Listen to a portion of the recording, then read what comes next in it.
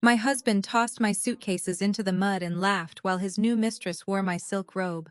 He said I was a financial burden and froze my last $10. I was left with nothing but an old scratched steel card my late father gave me before he died. He was just a mailman, so I never thought much of it.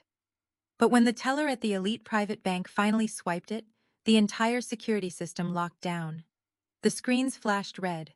Security guards surrounded me. Then the branch manager sprinted out of his VIP suite, completely pale, shoved his guards aside, and bowed perfectly in half. He asked if I was the sole heir to the Vanguard Omega account. I was in absolute shock when I discovered the truth. The rain in Buckhead was merciless that evening. My two heavy suitcases landed with a sickening thud in the thick mud of the front lawn. Desmond stood on the marble porch of the mansion we had shared for 4 years. He looked down at me with pure disgust. He tossed a manila folder into the rain. The divorce papers scattered across the wet grass. He told me he had frozen every joint account we shared. My crime was transferring $500 to pay a lingering medical bill from the nursing home where my late father had spent his final days. Desmond called it financial infidelity. He said I was stealing from his hard-earned investment banking salary to fund my pathetic South Atlanta roots. I stood there shivering in my soaked trench coat. Claire stood right behind him. My brother-in-law brought his white wife over for dinner, and she was thoroughly enjoying the show. Claire took a slow sip of her martini. She leaned against the Greek columns and gave me that familiar condescending smile. She told me to stop forcing myself into this lifestyle. She said Desmond needs a corporate tier wife. I need someone who understands high society networking, not a struggling forensic auditor who wears the same discount rack suits to every charity gala. She adjusted her diamond necklace and sighed dramatically. She told me to just go back to the hood because my people are used to starting over from nothing anyway. Her racist microaggressions were always wrapped in that sickly sweet southern tone. Before I could even respond to Claire, the massive oak doors opened wider. A young white woman stepped out onto the porch. It was Harper. She was a luxury real estate agent who had been hanging around Desmond for the past 6 months. But right now she was wearing my custom silk robe, the one my father had saved up to buy me for my college graduation. Harper pulled the silk tightly around her waist and smiled at Desmond. Desmond wrapped his arm around her waist and looked at me with cold, dead eyes. He proudly announced that Harper just closed a $20 million land deal today. He said she brings actual value to this partnership and understands wealth. He looked at me and said I was just a liability and a dead weight dragging down his brand. He ordered me to get off his property before he called the police for trespassing. The heavy wooden door slammed shut. The sound echoed through the thunderstorm. I gathered my ruined clothes from the mud. My hands were completely numb from the freezing rain. I walked 2 miles down the affluent suburban streets until I found a gas station. I dug through the wet pockets of my coat and found exactly $8.40 in loose change. I flagged down a passing cab and told the driver to take me to Midtown. I needed to get to Atlas Private Trust. It was the only financial institution where I might still have a chance. During the ride, I reached into the hidden lining of my purse. My fingers brushed against a heavy piece of metal. I pulled it out and stared at the scratched black steel card. My father Jeremiah had been a mailman for 30 years. He worked long hours and wore a faded blue uniform every single day. On his deathbed, he had pressed this strange heavy card into my palm. He made me promise to only use it if I was backed into an absolute corner with nothing left to lose. I never understood what a mailman was doing with a metal bank card. The cab dropped me off in front of the towering glass skyscraper of Atlas Private Trust. I walked through the revolving doors, leaving a trail of muddy water on their pristine marble floors. The lobby was painfully quiet and smelled of expensive leather and old money. I approached the teller station. The teller was a woman with severe blonde hair and a judgmental stare. She looked at my ruined clothes with obvious disgust. She asked if I was lost and suggested the public transit station was 3 blocks down. I placed the scratched black steel card on the marble counter. I told her I needed to access this account. She picked up the card with 2 fingers like it was contaminated. She laughed and said they do not accept fake novelty cards. She tried to toss it into the trash bin behind her counter. I slammed my hand on the desk. I demanded she swipe the card immediately, or I would report her for violating federal banking regulations regarding customer asset verification. The teller glared at me angrily, but finally swiped the heavy steel card through her terminal. She was ready to smirk and tell me it was declined. Instead, the terminal beeped loudly. The main computer screen instantly turned blood red. A mechanized voice over the intercom announced a localized security lockdown. The heavy glass doors of the bank automatically bolted shut. 4 armed security guards rushed out from the corridors and surrounded me.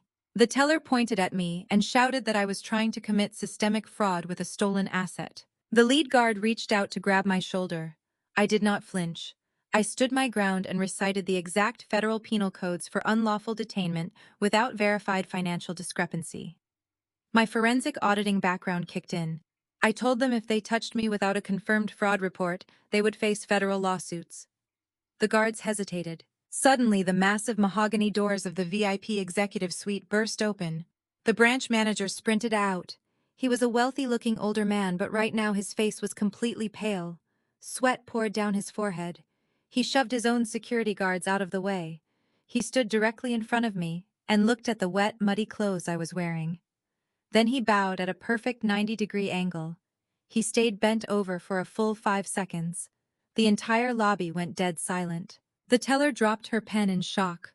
The manager raised his head and spoke with a trembling voice. He asked to forgive this unforgivable intrusion, and asked if I was the sole heir to the Vanguard Omega account. I could only nod. The manager immediately fired the teller on the spot for disrespecting me. He personally escorted me past the bewildered guards and led me to a private elevator. We descended deep underground beneath the skyscraper. The elevator doors opened to a biometric security vault. The manager scanned his retinas and entered multiple passcodes. The steel vault doors hissed open, revealing a room lined with polished wood and digital servers. He directed me to sit in a plush leather chair and handed me a thick leather-bound financial ledger. I explained that my father Jeremiah was never just a mailman. During the economic downturns of the 1980s, my father had used his roots to identify abandoned commercial real estate across Atlanta. He bought up worthless properties for pennies and held them through decades of gentrification. The mailman uniform was a cover to avoid the predatory gaze of the elite class. Those properties were now the foundation of Vanguard Holdings.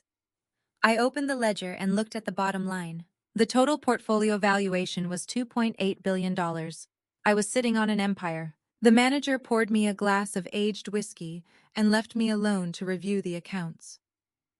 My forensic auditing skills took over. I bypassed the summary pages and dug straight into the liability and loan issuance columns. I cross-referenced the corporate debtors. My eyes stopped on a very familiar name. Desmond's Investment Bank, the firm that afforded him his luxury cars and Buckhead mansion. I traced the money trail. Desmond's bank was functionally insolvent. They had survived the last 2 quarters solely by taking a massive high-interest shadow loan from Vanguard Holdings. Desmond's firm owed my father's company $50 million. The arrogant man who just threw me into the mud owed his entire existence to the mailman, he always mocked. I closed the ledger. A cold smile formed on my face. The mourning period for my marriage was officially over. It was time to audit his life. The freezing rain soaked completely through my beige trench coat as I dragged my ruined suitcases down the dark Buckhead street. Every step I took felt heavier than the last. Luxury SUVs sped past me on the slick asphalt, deliberately splashing muddy water against my bare legs. I walked for almost 2 grueling miles until the harsh neon glow of a gas station canopy cut through the violent storm. A yellow taxi idled by the convenience store doors, with its wipers slicing back and forth. My hands shook so violently from the cold that I could barely open the clasp of my purse. I dumped the entire contents onto the wet trunk of the cab. Sodden receipts, a tube of lip gloss, and exactly $8.40 in quarters and dimes clattered against the metal. The cab driver, an exhausted older man, rolled down his window and looked at my muddy clothes and the pathetic pile of coins. He asked where I was trying to go on $8 on a night like this. I told him to take me to Midtown, specifically to the Atlas Private Trust building. He scoffed loudly and said that was a billionaire bank, and my pocket change would barely get me across the highway. I stared at him with a dead expression and told him to just drive until the meter hit exactly $8 and I would walk the rest of the way. He sighed heavily, unlocked the back doors, and told me to get in before I caught pneumonia. I slumped into the cracked leather seat of the taxi. The heater blasted dry hot air against my shivering skin, bringing a painful tingling sensation to my fingers. I reached deep into the hidden interior zipper pocket of my purse. My frozen fingers brushed against a cold, heavy piece of solid metal. I pulled it out and held it up to the passing yellow streetlights. It was a thick, black steel card. The edges were deeply scratched and the dark metal was dull from years of age. There were no account numbers printed on the front, and no shiny bank logo to identify it. There was just a tiny embedded microchip and a thick magnetic strip on the back.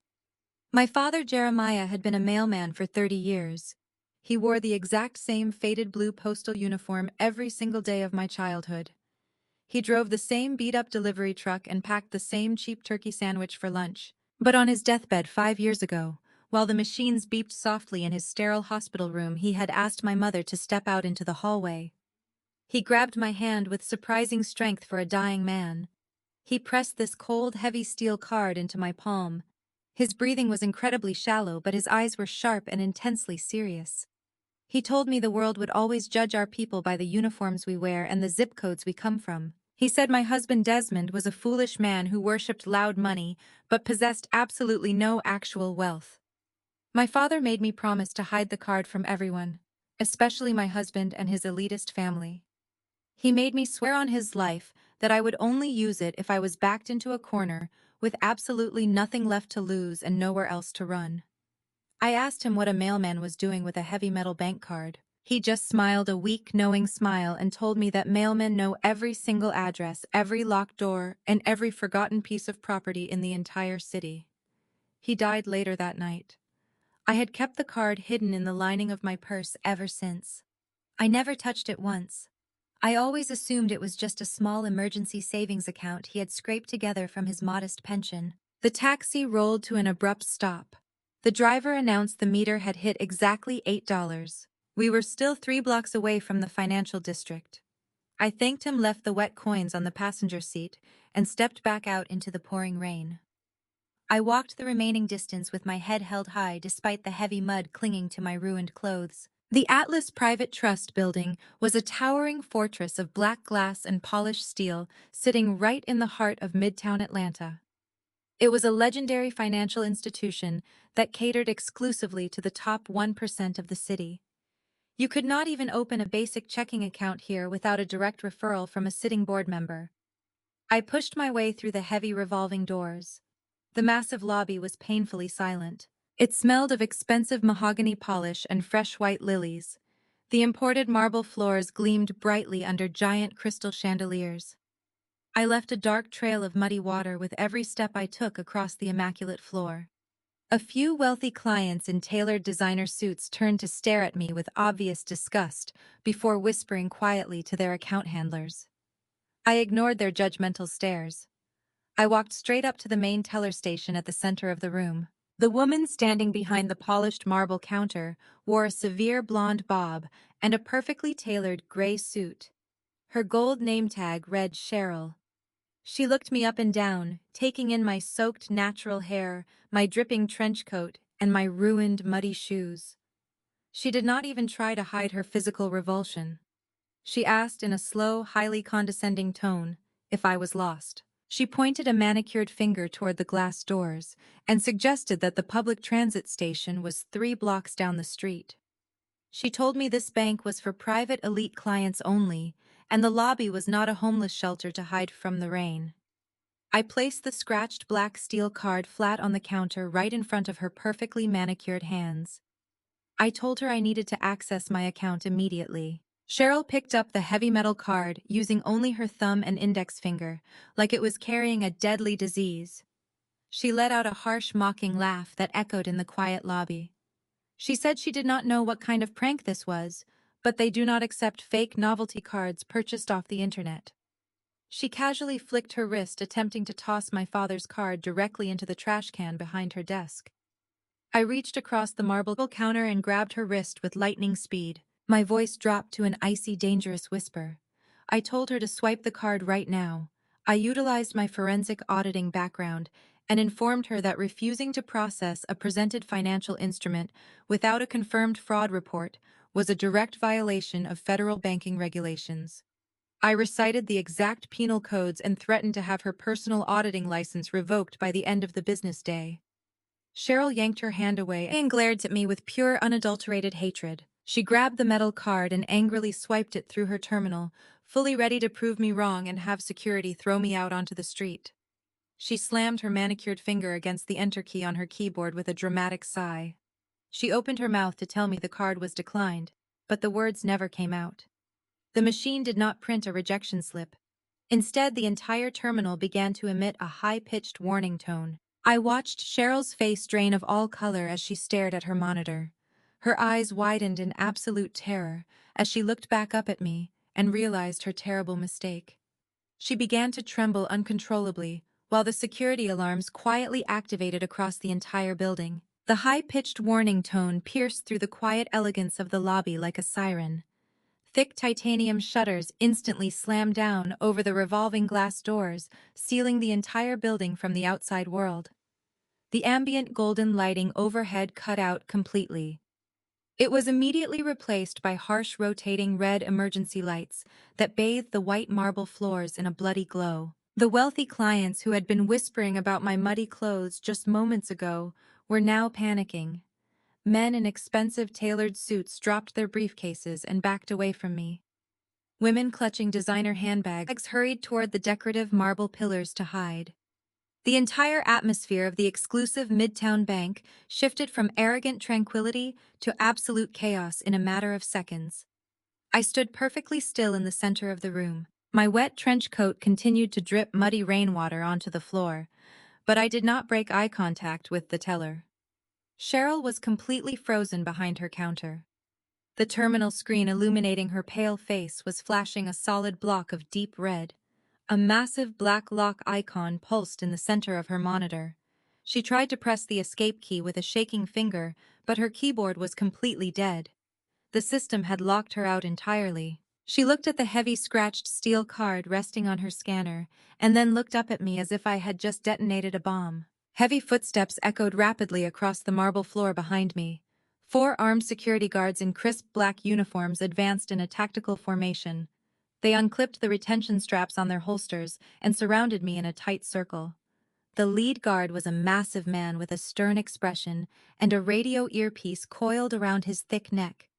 He instructed the other guards to secure the perimeter and keep the civilian clients back. Cheryl finally found her voice.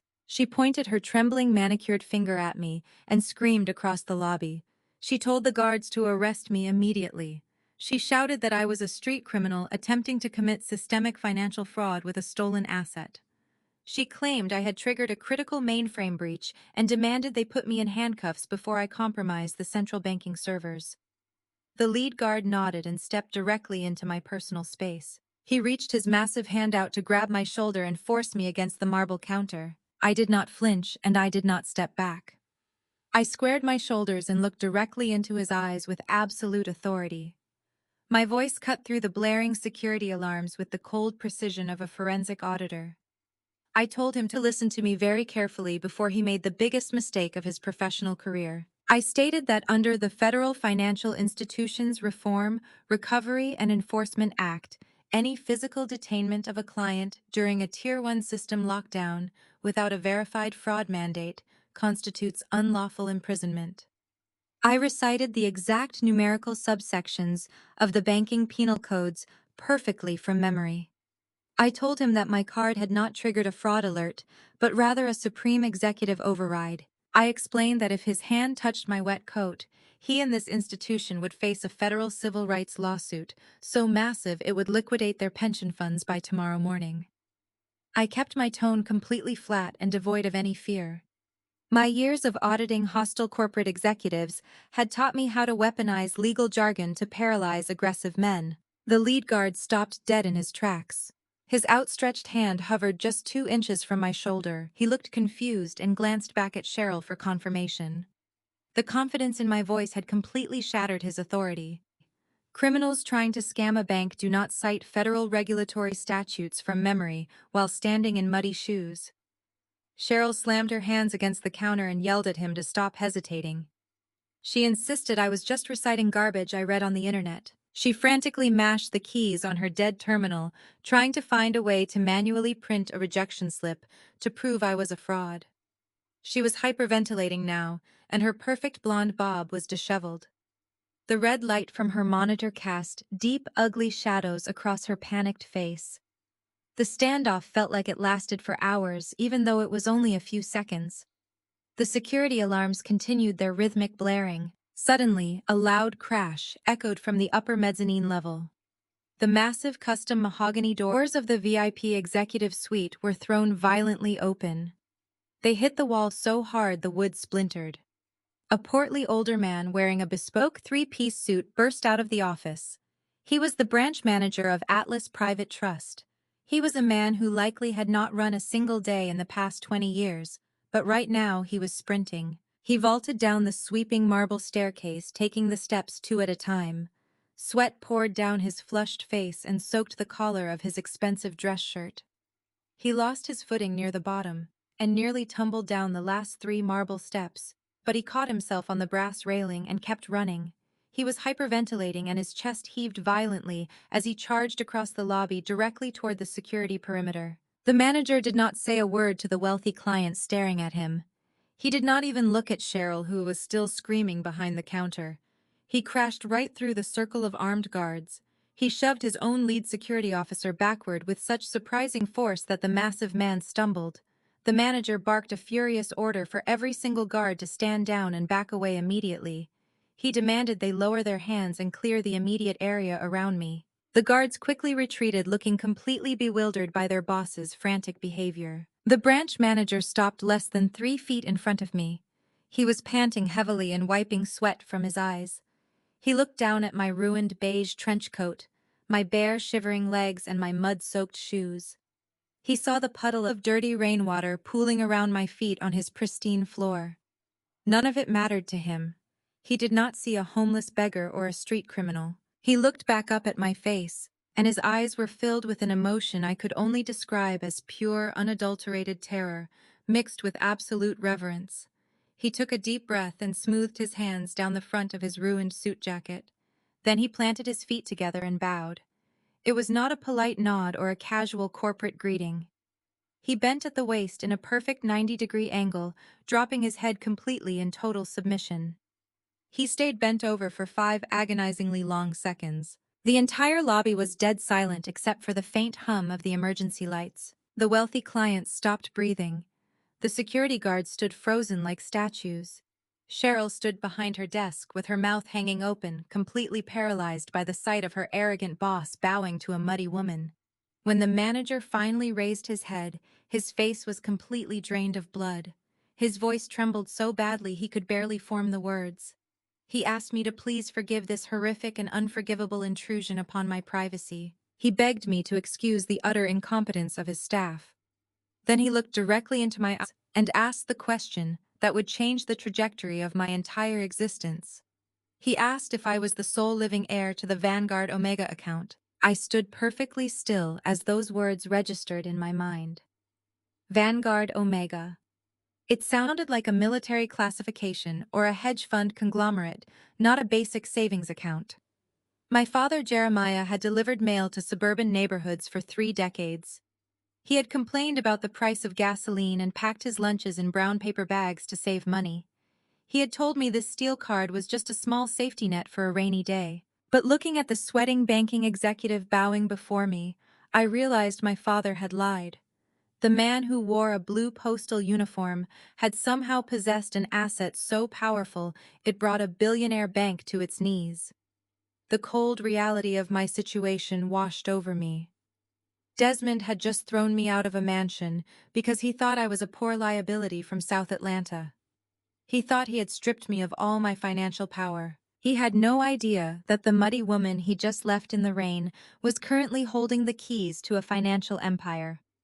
I looked at the manager and simply nodded my head, once confirming my identity. The shift in the room was palpable, and the true audit of my ex-husband's life was about to begin. I looked down at the sweating branch manager who was still bowing before me, and I gave him a single slow nod of confirmation, validating my identity as the heir to the Vanguard Omega account. The absolute panic in the room instantly transformed into a frantic, desperate level of subservience. The branch manager immediately snapped his fingers and ordered his bewildered security guards to stand down and back away. He fired the blonde teller on the spot, ignoring her sudden hysterical apologies as she realized she had just insulted the most powerful client in the building. He begged me to follow him and quickly ushered me away from the staring crowds of wealthy patrons. We moved rapidly past the marble pillars and approached a discreet frosted glass door that I had never noticed before. The manager swiped a highly restricted access card and ushered me into a private elevator lined with brushed steel and mirrored panels. The heavy doors slid shut, cutting off the blaring red emergency lights and the frantic whispers of the upper lobby. The descent was rapid and completely silent. My stomach dropped as the digital floor indicator plunged deep into the subterranean levels far beneath the midtown Atlanta streets. The manager stood rigidly in the corner of the elevator, nervously wringing his hands together. He kept stealing quick, terrified glances at my soaked natural hair and my bare, shivering legs, but he respectfully kept his mouth shut. The sudden shift in power was intoxicating and surreal. Just an hour ago, I was a discarded wife shivering on a muddy Buckhead lawn after being told I had no value. Now I was descending into the heavily guarded heart of elite private banking, and the man in charge was terrified of my very presence. The elevator slowed to a smooth halt, and the doors hissed open to reveal a sterile white corridor. At the end of the hallway stood a massive circular steel vault door that looked like it belonged in a Federal Reserve bunker. The manager stepped forward and positioned his eye in front of a biometric retinal scanner. A soft green light washed over his face, followed by a series of heavy mechanical clicks, echoing from deep inside the steel door. He then punched a complex 16-digit alphanumeric sequence into a hidden keypad. The colossal vault door groaned heavily and swung outward on enormous reinforced hinges. He extended his arm, inviting me to step inside the highly restricted space. The interior of the vault was a stark, beautiful contrast to the sterile hallway. It was styled like a classic 19th century study, complete with dark polished mahogany walls, floor-to-ceiling bookshelves and plush leather armchairs. Quietly humming digital servers were seamlessly integrated into the vintage wooden cabinetry, bridging the gap between old money tradition and modern financial warfare. The manager directed me to sit at a massive antique desk in the center of the room. The leather chair squeaked softly as I sank into it, my wet coat soaking the expensive material, but he did not dare utter a word of complaint. He hurried over to a secure temperature-controlled safe integrated into the wall and carefully extracted a massive leather-bound financial ledger. He carried it over to the desk as if he were holding a fragile ancient artifact and gently placed it directly in front of me. He took a deep breath and began to explain the reality of the Vanguard Omega account. His voice was hushed and filled with deep reverence as he spoke about my late father.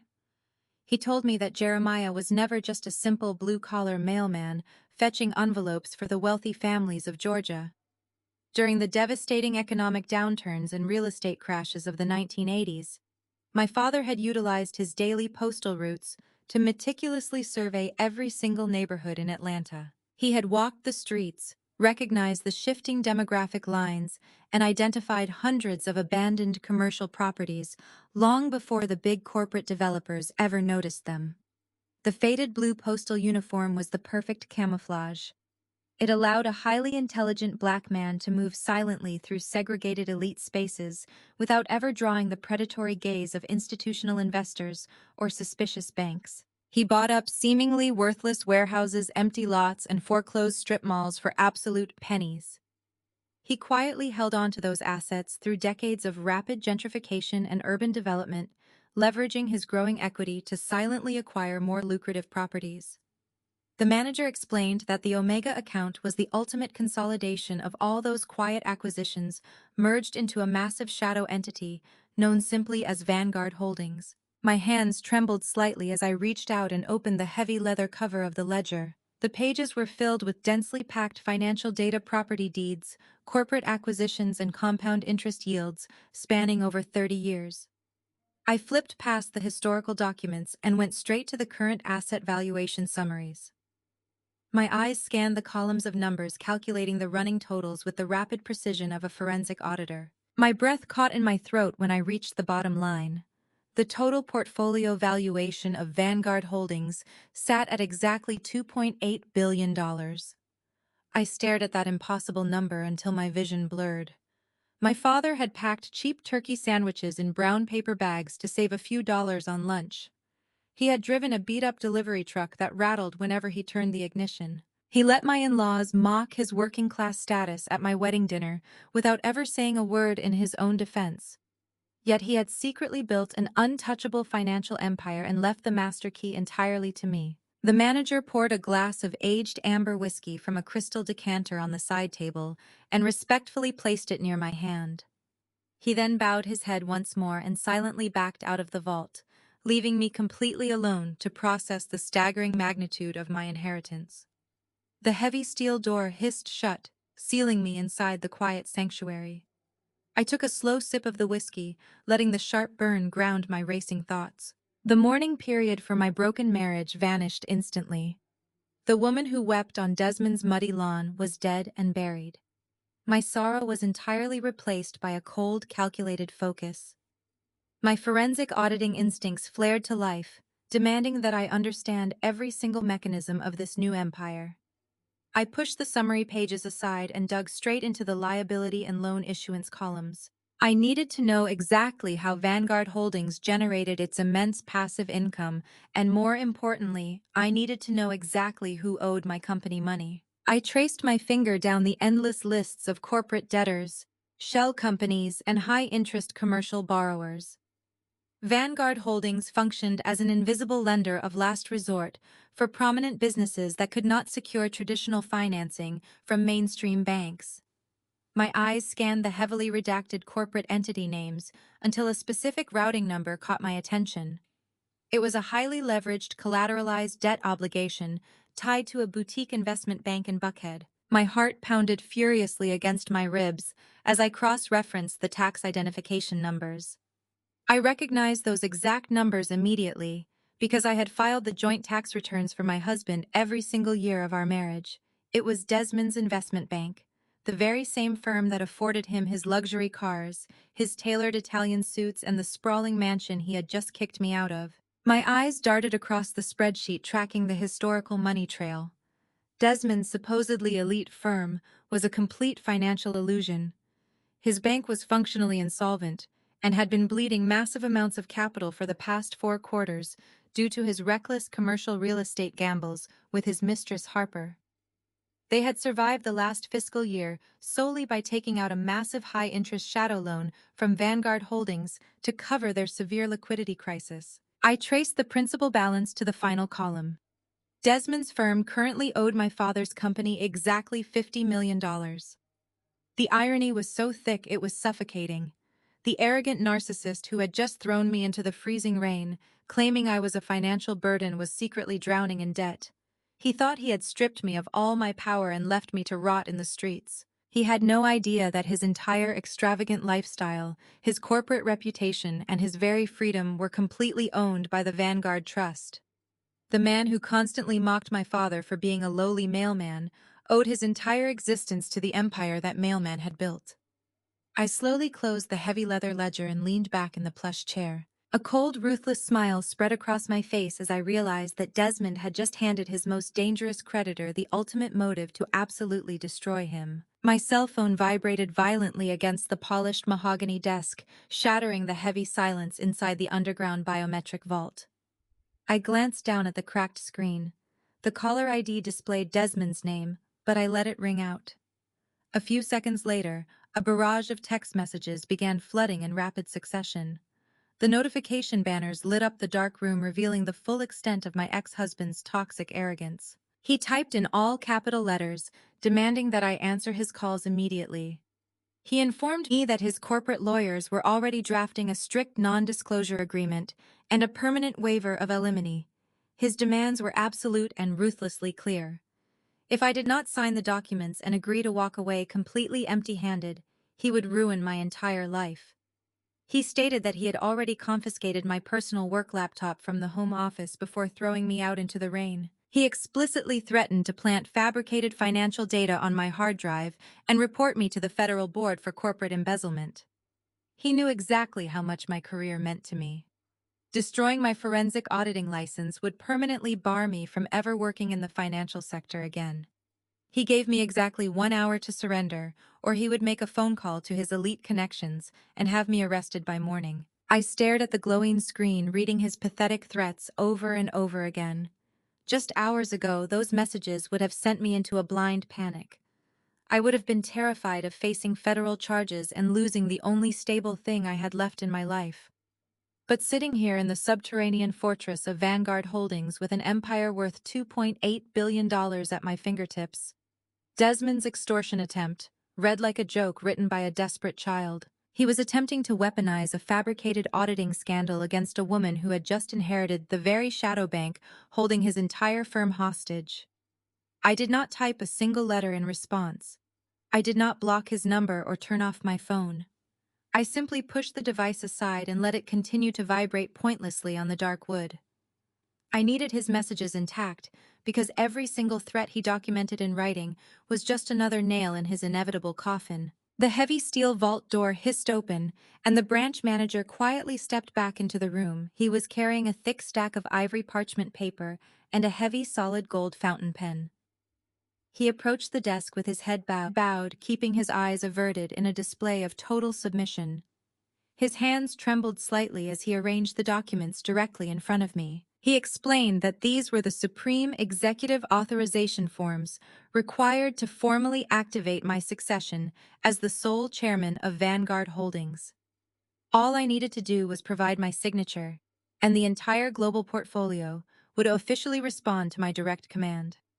I picked up the cold gold pen and let it rest between my fingers. The weight of the instrument felt grounding. As I prepared to sign my name, my mind drifted to the countless grueling nights I had spent locked in a tiny cubicle tracing hidden offshore accounts and unraveling complex corporate fraud schemes. My mother-in-law Vivian used to mock my grueling hours, saying that forensic auditing was just glorified accounting for people who lacked the charisma to make real money. My sister-in-law, Claire, constantly ridiculed my modest salary, claiming that I was wasting my life, crunching numbers while she spent her days at the country club. They never realized that the tedious, relentless work of dissecting financial architecture had transformed my mind into a lethal weapon.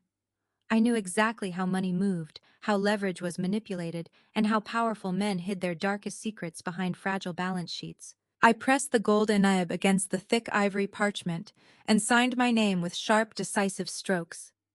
The ink flowed smoothly, securing my absolute authority over the Vanguard Trust.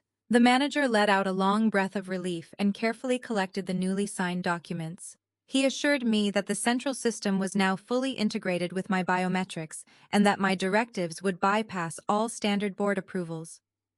I leaned forward, resting my elbows on the ledger, and folded my hands together. I told him that I was ready to issue my first official executive order as chairman. The manager immediately pulled a small leather notepad from his breast pocket and clicked his pen, ready to transcribe my exact commands.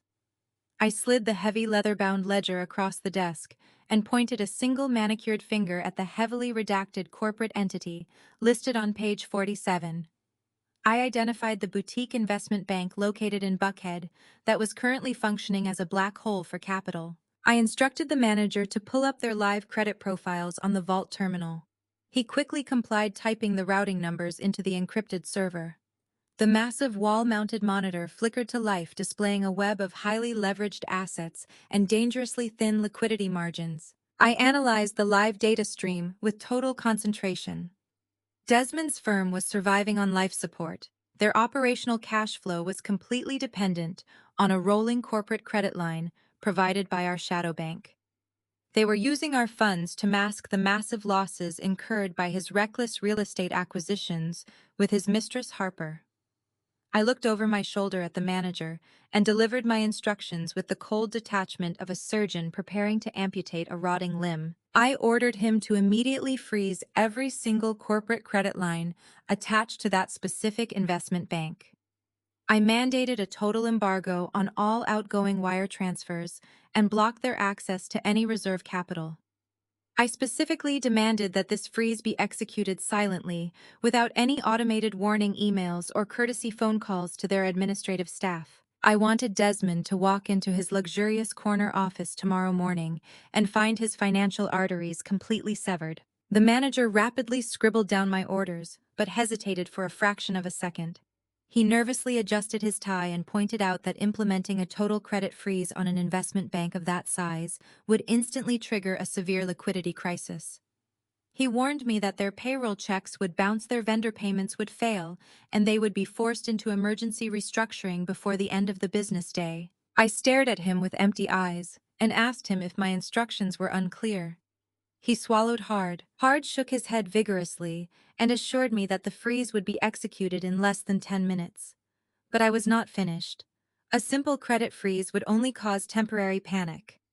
I needed to ensure that Desmond was completely eradicated from the financial sector. I tapped my finger against the ledger and pointed to the massive $50 million shadow loan that Desmond's firm had taken out to avoid bankruptcy last quarter. I asked the manager to pull up the exact terms of the lending agreement. The digital contract appeared on the monitor, revealing a labyrinth of predatory clauses and extreme collateral requirements.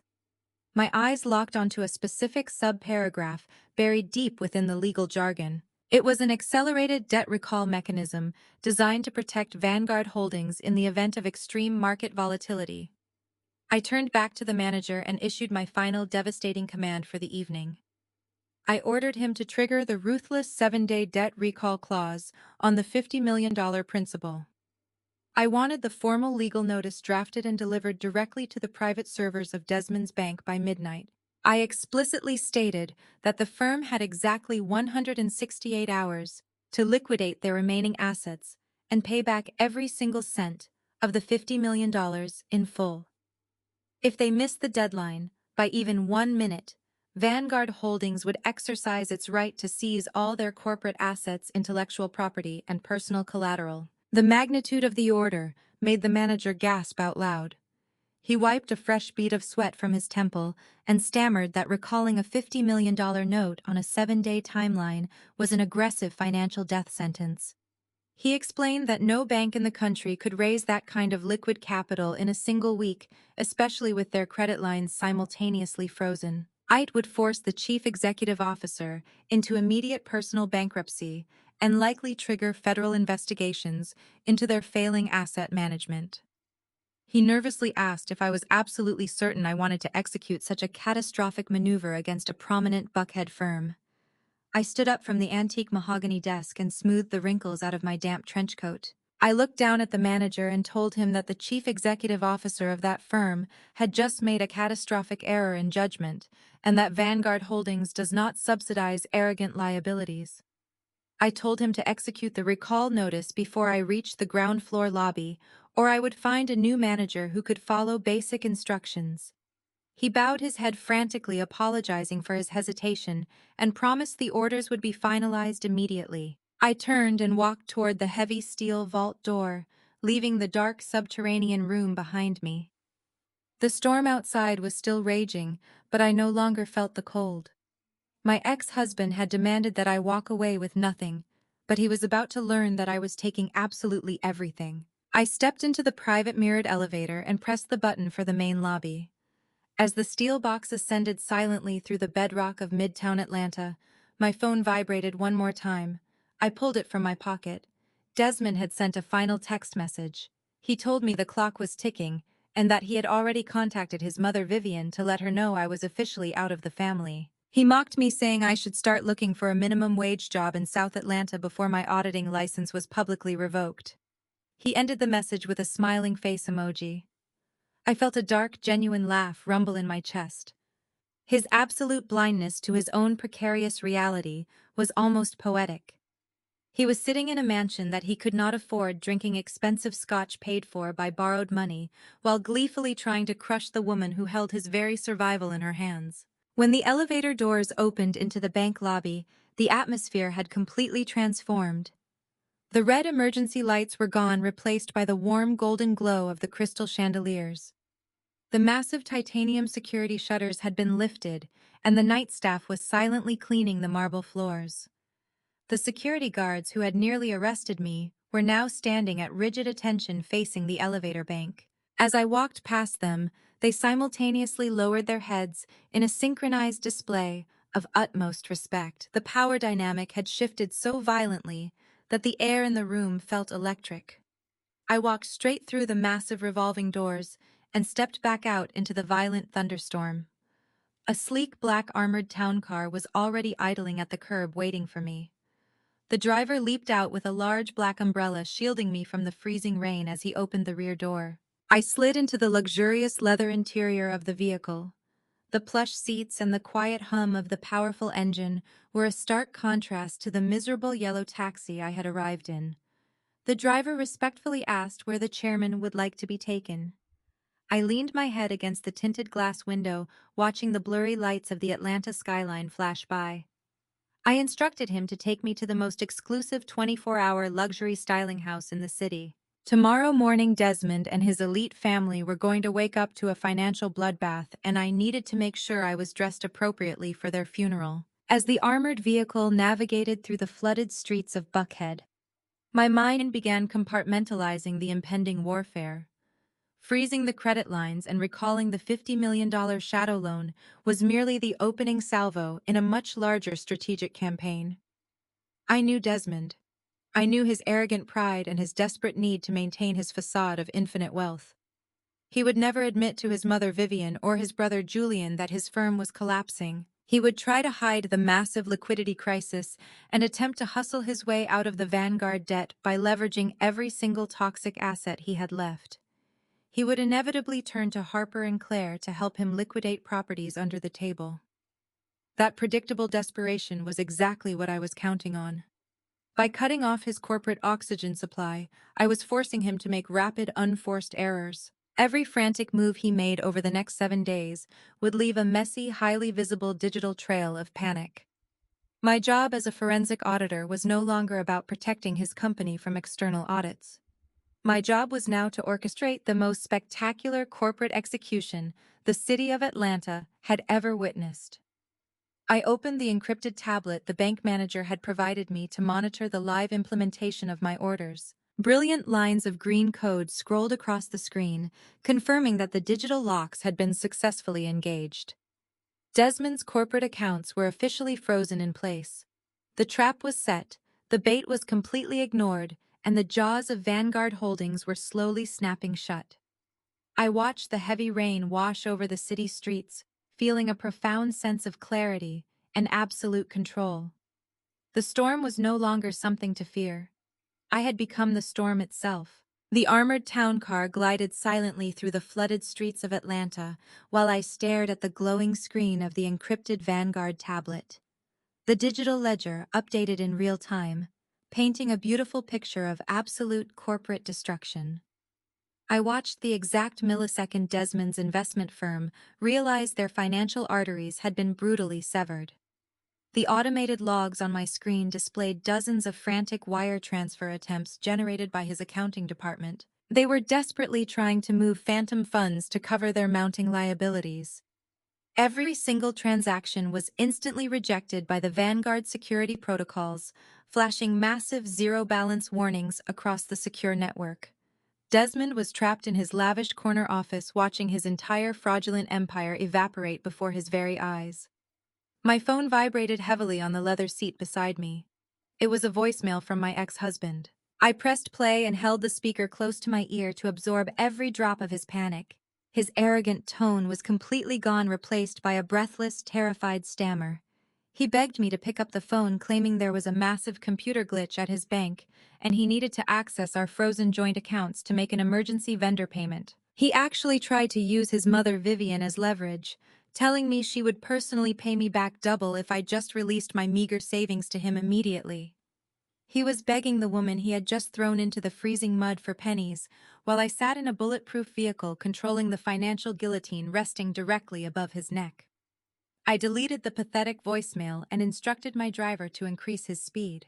We pulled up to a discreet frosted glass building nestled deep in the elite shopping district of Buckhead.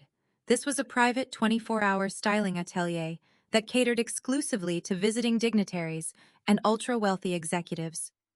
The Vanguard concierge service had already purchased the entire building for the night, ensuring my absolute uninterrupted privacy. A team of top-tier stylists and master tailors waited anxiously in the pristine white lobby. They bowed their heads respectfully as I stepped out of the violent storm and walked through the heavy glass doors. I stood in the center of the brightly lit fitting room and let the ruined beige trench coat slide off my shivering shoulders. It fell to the polished marble floor in a heavy, muddy heap. The stylists carefully removed my soaked discount rack clothes and handed me a thick, heated silk robe. As I looked at my tired reflection in the floor-to-ceiling mirrors, I made a silent, ironclad vow to never let another human being make me feel small again. For 4 long years, I had intentionally shrunk myself to fit into Desmond's superficial world. I wore cheap, sensible clothes to avoid outshining his incredibly fragile ego. I swallowed my brilliance and hid my forensic auditing pedigree so his elitist family could feel superior. That docile, obedient wife died in the freezing rain tonight and she was never coming back. The lead stylist approached me with a rolling rack of exclusive haute couture garments flown in directly from European fashion houses. I immediately rejected the soft pastel colors and conservative cuts that Claire and Vivian always demanded I wear to their country club luncheons. I selected a razor-sharp tailored suit in a deep charcoal gray, made from a heavy wool and silk blend that radiated pure predatory authority. The jacket featured structured, aggressive shoulders and a plunging neckline that required absolutely no apologies. The tailors went to work instantly pinning and altering the dark fabric to fit my exact measurements with surgical precision. While they worked, a team of elite hair and makeup artists surrounded my chair. They washed the freezing rainwater and thick mud from my natural hair, styling it into a fierce architectural crown that commanded instant, unwavering respect. They applied a bold, dark crimson lip color that felt like battle armor.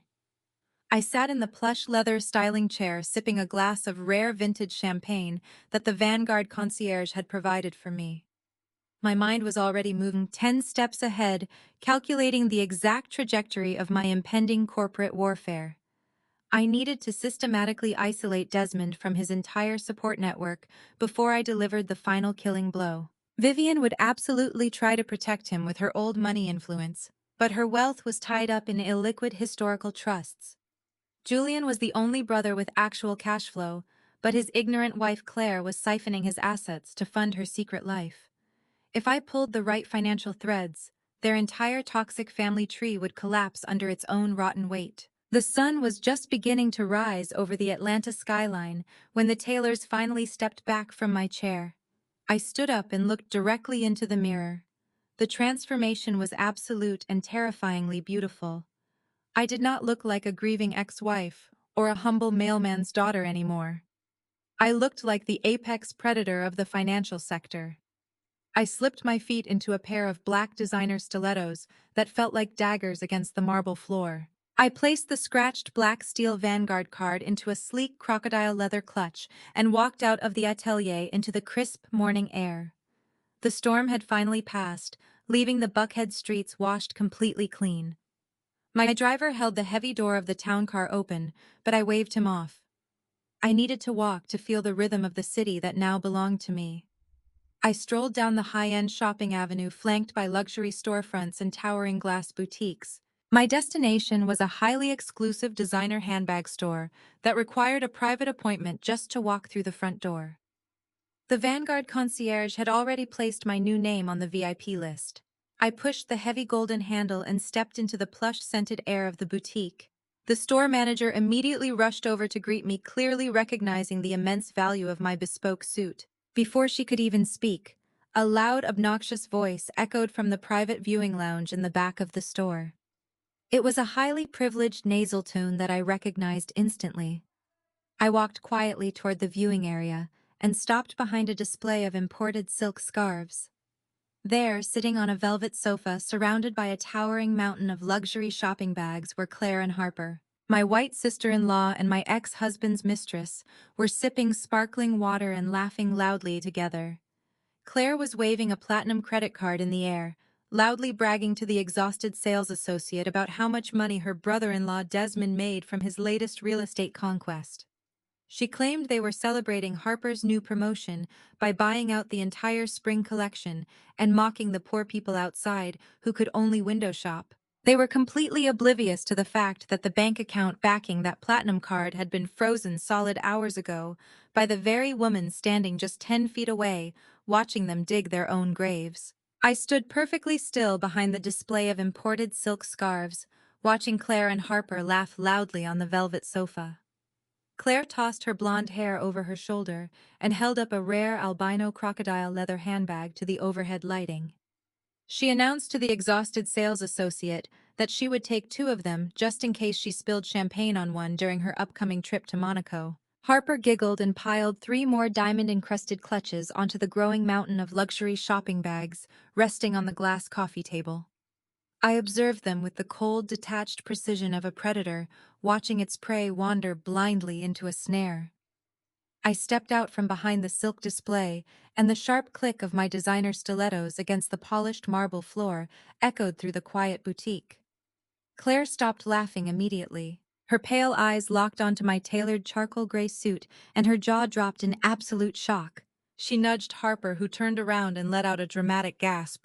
Claire stood up from the velvet sofa and practically ran over to me with a wicked, predatory smirk plastered across her face. She loudly announced to the entire store that she could not believe the security guards let someone from South Atlanta wander into a high-end boutique. She circled me slowly, pretending to inspect my new suit, while loudly whispering to Harper that I must have stolen a credit card to afford to look this presentable. Harper joined in, crossing her arms and mocking my presence. She asked if I was lost, and suggested I should go back to the discount malls where my people belong. Claire waved a heavy platinum credit card directly in my face. She proudly declared that women like her, born into elite white privilege, were the only reason the luxury economy stayed afloat. She claimed that her family money and her elite connections gave her the divine right to own everything in this room, while people from my background only came inside to window shop and take up valuable space. I did not raise my voice or react to their racist microaggressions. I simply stood there radiating absolute authority while they desperately tried to tear me down. I looked at the platinum card dancing between Claire's fingers and recognized the corporate logo of Desmond's investment bank. I knew exactly what was about to happen, and I wanted to make their public execution as spectacular as possible. I smiled warmly at Claire and told her she was absolutely right. I said I was just browsing today and encouraged her to buy everything she desired to celebrate her superior status. My calm submission fueled their arrogant delusions perfectly. Claire laughed loudly and ordered the nervous sales associates to bring out every single limited edition runway piece they had in the hidden vault.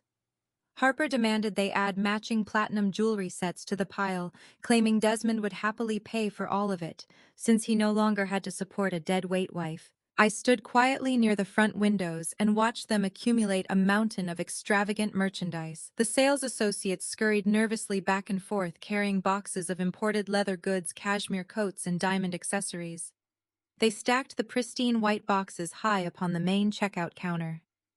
Claire and Harper lounged on the velvet sofa, drinking more sparkling water and taking selfies to post on their social media accounts. They wanted the entire Atlanta elite circle to see how much money they were blowing on a random Tuesday morning. They spent nearly an hour demanding special treatment and insulting the staff for not moving fast enough. I simply waited, leaning against a marble pillar, while my mind processed the beautiful mathematical certainty of their impending doom. The corporate credit lines tied to Desmond's bank had been frozen solid hours ago by my direct executive order. They were shopping with ghost money, and the digital guillotine was already dropping. The store manager, a very composed woman in a black silk dress, finally approached the velvet sofa and respectfully informed Claire that her items were ready for checkout. She announced the total was just over $400,000. Claire smirked at me over her shoulder, making sure I heard that impossible number. She walked up to the marble register with extreme arrogance and slammed her platinum corporate card onto the counter. She loudly told the manager not to bother wrapping the boxes because her chauffeur would just throw them into the trunk. The manager smiled politely and swiped the platinum card through the terminal. The machine beeped a harsh metallic tone. A small red light flashed on the display. The manager frowned slightly and told Claire the card had been declined.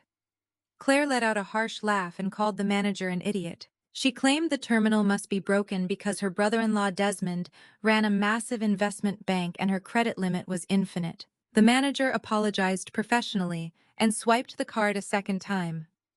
The terminal beeped again, instantly printing a small slip of paper that read, "Insufficient funds, account locked." Claire's smug expression began to crack. She snatched the slip from the manager's hand and stared at the red text in pure disbelief. She frantically dug into her designer purse and pulled out a different gold card tied to her husband Julian's personal accounts. She shoved it into the terminal herself. The machine rejected it immediately. The blood drained completely from Claire's face. She began to hyperventilate while aggressively tapping the screen. She demanded that Harper use her card to pay for the items, promising to wire her the money later. Harper nervously pulled out the black card Desmond had given her for closing the real estate deal yesterday.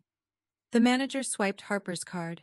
The terminal emitted a long, continuous warning beep and flashed a message indicating severe financial delinquency. The reality of the situation crashed down upon them like a concrete wall.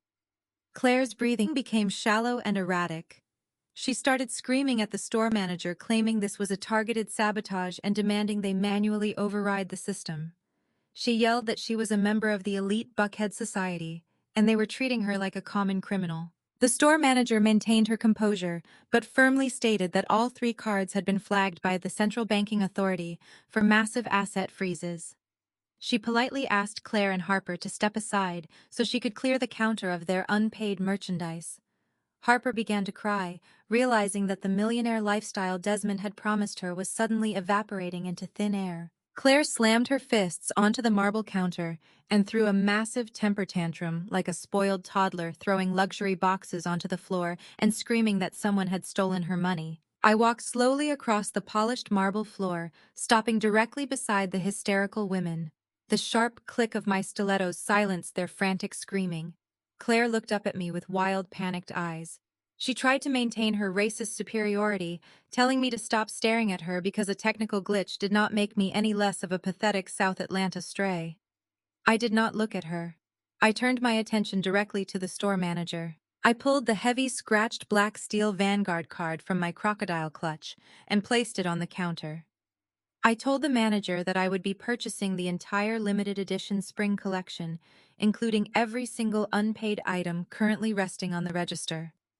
I explicitly instructed her to ring up the $400,000 worth of merchandise that Claire and Harper had spent the last hour selecting. The store manager recognized the dark metal card immediately.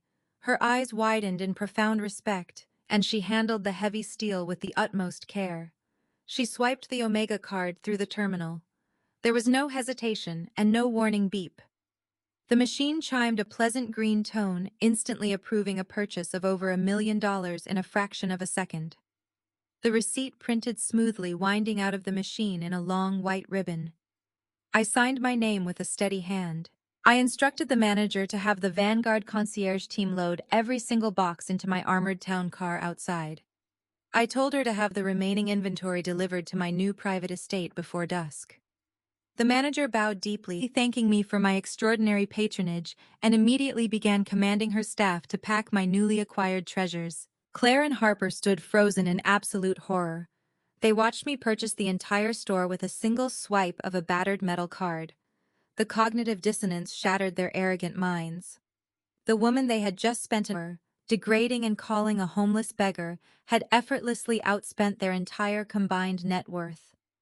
Claire began to shake uncontrollably. She pointed a trembling finger at me and screamed, asking who I really was and how I had stolen that kind of money. I slowly picked up my steel card and placed it back into my clutch. I looked Claire dead in the eyes and delivered a cold, calculating smile. I told her that real power does not need to announce itself loudly in a boutique, and that her fragile white privilege was entirely funded by the charity of my shadow bank.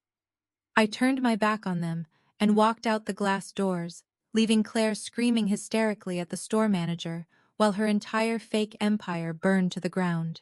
The heavy glass doors of the boutique swung shut behind me, cutting off the shrill sound of Claire's hysterical screaming.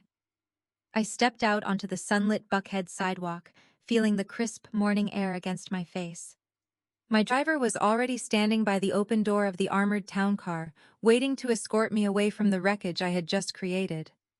Before I could even take 3 steps toward the vehicle, I heard the frantic clicking of heels hitting the pavement right behind me. Harper burst out of the boutique looking completely unhinged. Her face was flushed red and her expensive blonde extensions were flying wildly around her shoulders. She had clearly realized that sticking around a store with a $500,000 unpaid bill was a terrible idea, especially since the credit card Desmond gave her was completely dead. But instead of running away quietly, she decided to redirect all her panic and humiliation straight at me. She sprinted down the sidewalk and physically blocked my path to the car. She crossed her arms over her chest and tried to summon the smug, arrogant persona she had worn just 20 minutes ago. Her voice trembled, but she forced it to be loud enough for the passing pedestrians to hear. She told me I was nothing but a jealous, bitter ex-wife pulling some kind of elaborate illegal scam. She insisted that Desmond was a brilliant investment banker, and a temporary credit freeze meant absolutely nothing in the grand scheme of his wealth. Harper took a step closer, trying to use her height to intimidate me.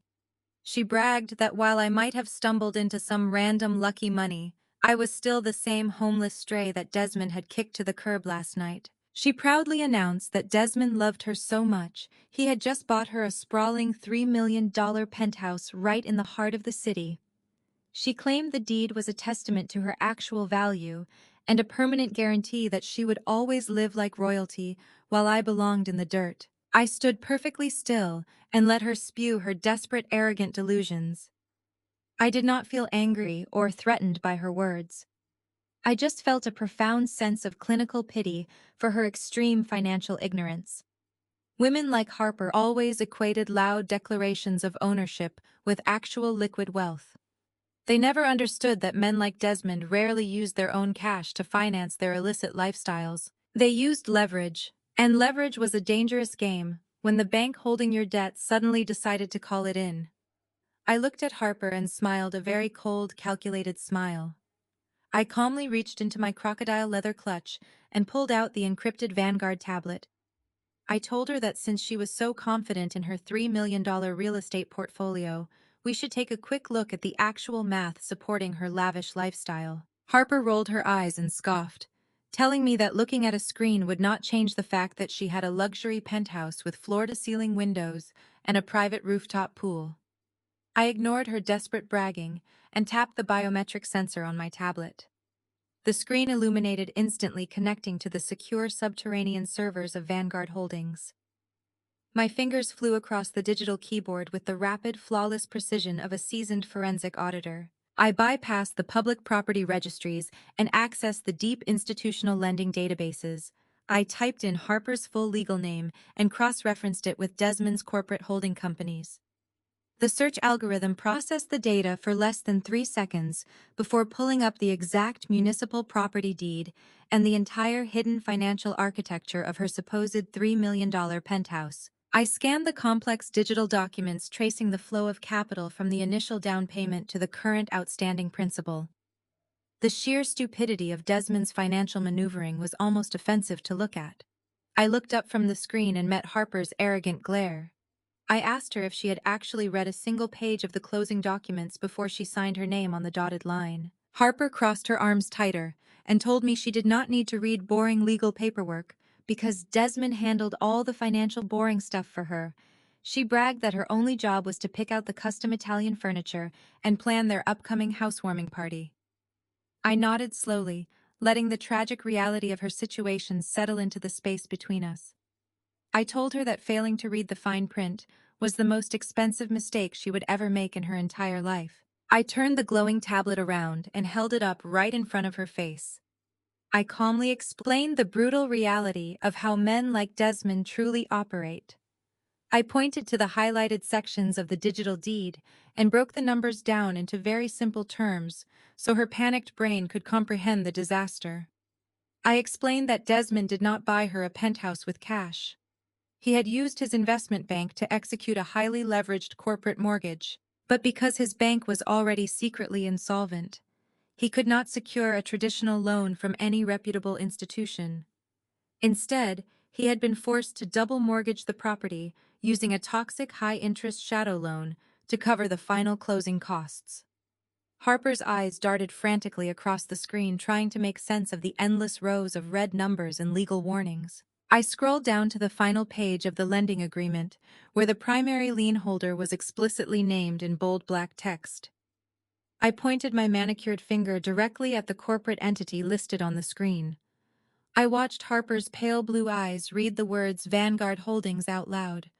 Her voice was barely a whisper. She looked at me with a sudden dawning realization of absolute terror.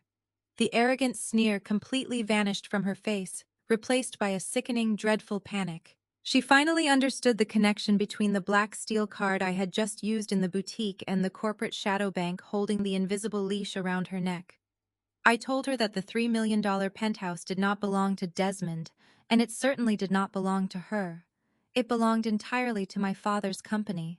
And because Desmond's corporate credit lines had been frozen solid by my direct executive order earlier this morning, the balloon payment on her toxic mortgage had just defaulted. Harper began to shake violently. She tried to step backward, but her legs seemed to give out slightly, causing her to stumble against the brick exterior of the boutique. She stammered that it was impossible, and that Desmond would fix the glitch and pay the balance by tomorrow. I shook my head slowly and informed her that Vanguard Holdings does not offer grace periods to defaulting mistresses who mock their primary shareholders. I tapped the screen of the tablet, accessing the Supreme Executive Command portal. A bright red foreclosure authorization form popped up on the display.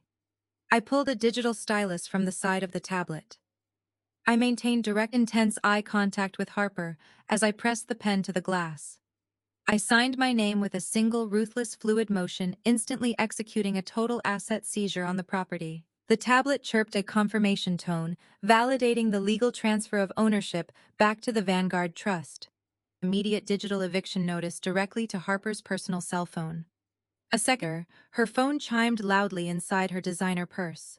She scrambled to pull it out, nearly dropping the expensive device on the sidewalk. She opened the notification and read the formal legal mandate ordering her to vacate the premises within exactly 2 hours or face physical removal by private security forces. Harper dropped her phone. The device shattered against the concrete pavement, but she did not even notice. She stared at me with her mouth hanging open, completely destroyed by the sudden total loss of everything she thought she owned. I calmly placed the stylus back into the tablet and slid the device into my crocodile leather clutch. I told Harper that since she was so fond of my old discount rack clothes, she could keep the stolen silk robe she was wearing earlier because she was going to need something warm to sleep in tonight. I reminded her that the streets of Atlanta are incredibly unforgiving to homeless strays who have zero actual value. I did not wait for her to respond. I turned around and walked toward the waiting armored town car. My driver opened the heavy bulletproof door for me. I slid into the plush leather seat and told him to drive, leaving Harper sobbing hysterically on the sidewalk surrounded by the shattered pieces of her pathetic illusion. The encrypted tablet resting on the leather seat of my armored town car began to vibrate violently before my driver could even merge onto the main highway. I glanced down at the glowing screen and saw a restricted private number flashing repeatedly. I knew exactly who was desperately trying to breach my firewall of silence. It was Vivian, my former mother-in-law. Desmond had undoubtedly called her in a blind, terrified panic after realizing his entire corporate infrastructure had been frozen solid by my direct executive orders. I let the phone ring for several long seconds, savoring the sudden seismic shift in our power dynamic before I finally accepted the call. Vivian's voice came through the speaker, dripping with that familiar, suffocating blend of fake Southern hospitality and razor-sharp venom. She did not bother with pleasantries or ask how I was holding up after being thrown into the mud by her son. She immediately demanded my physical presence at an exclusive Michelin star restaurant located in the most affluent and highly guarded sector of Buckhead.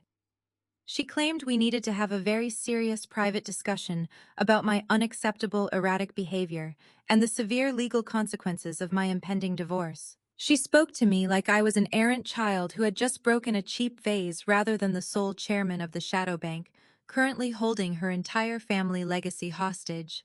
I told my driver to reroute the vehicle and head directly toward the restaurant.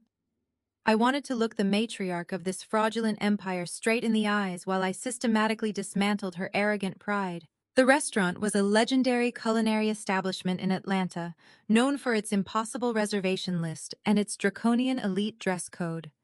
It was the kind of heavily fortified sanctuary where old money families gathered to display their generational wealth behind closed mahogany doors.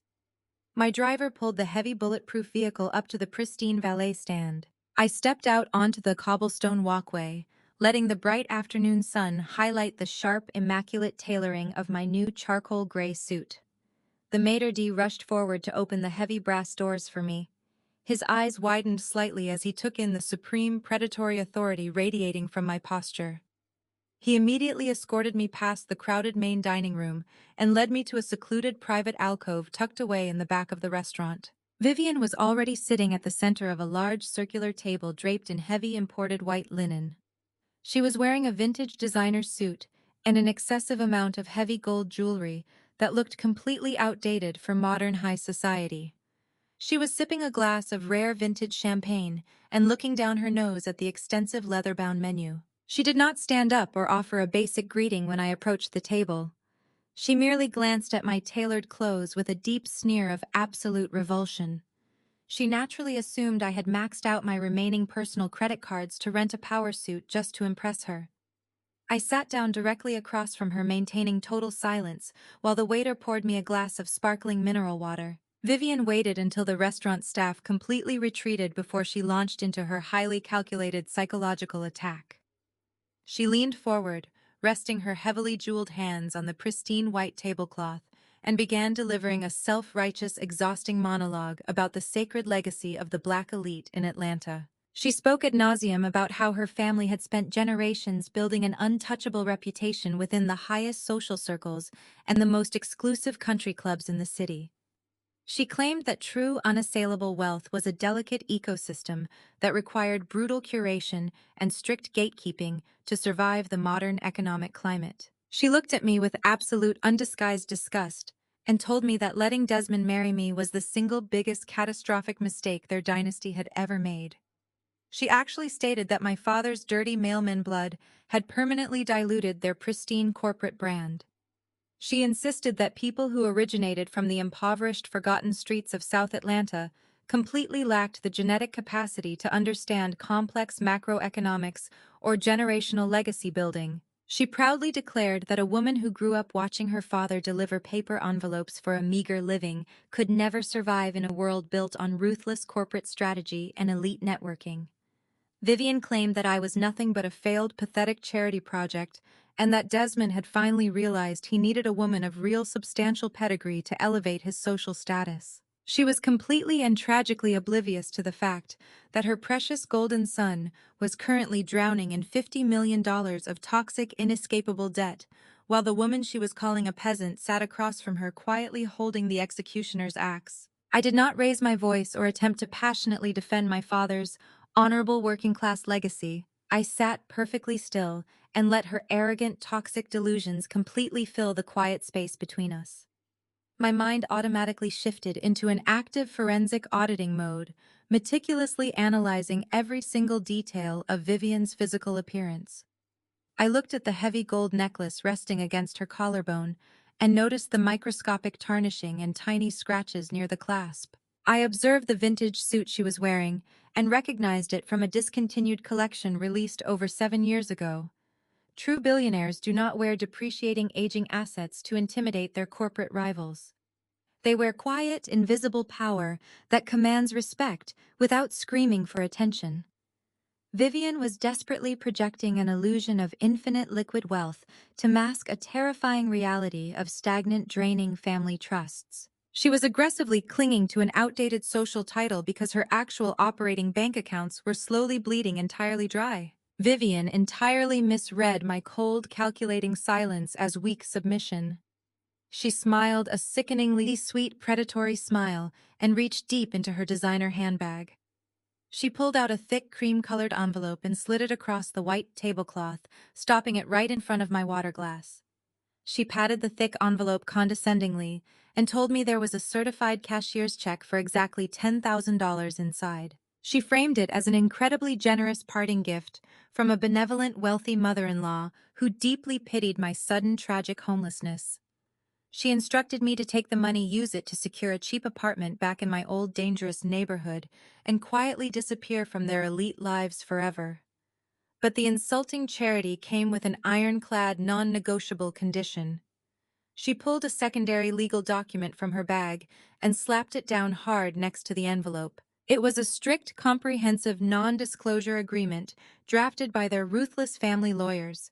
She demanded that I sign the paperwork immediately, waiving my right to any future alimony and legally binding me to permanent silence regarding Desmond's humiliating public affair with Harper. She leaned back in her chair and took a victorious, smug sip of her champagne, warning me that if I tried to fight them in a divorce court, her legal team would utterly destroy my auditing career and leave me completely destitute. I stared at the cream-colored envelope resting peacefully on the table.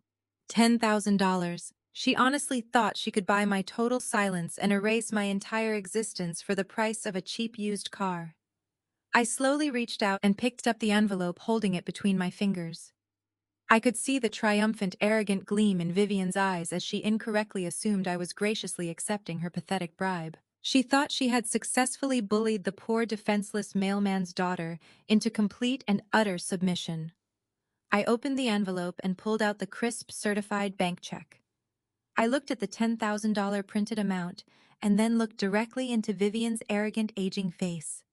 I did not scream, insult her, or throw the money back at her chest.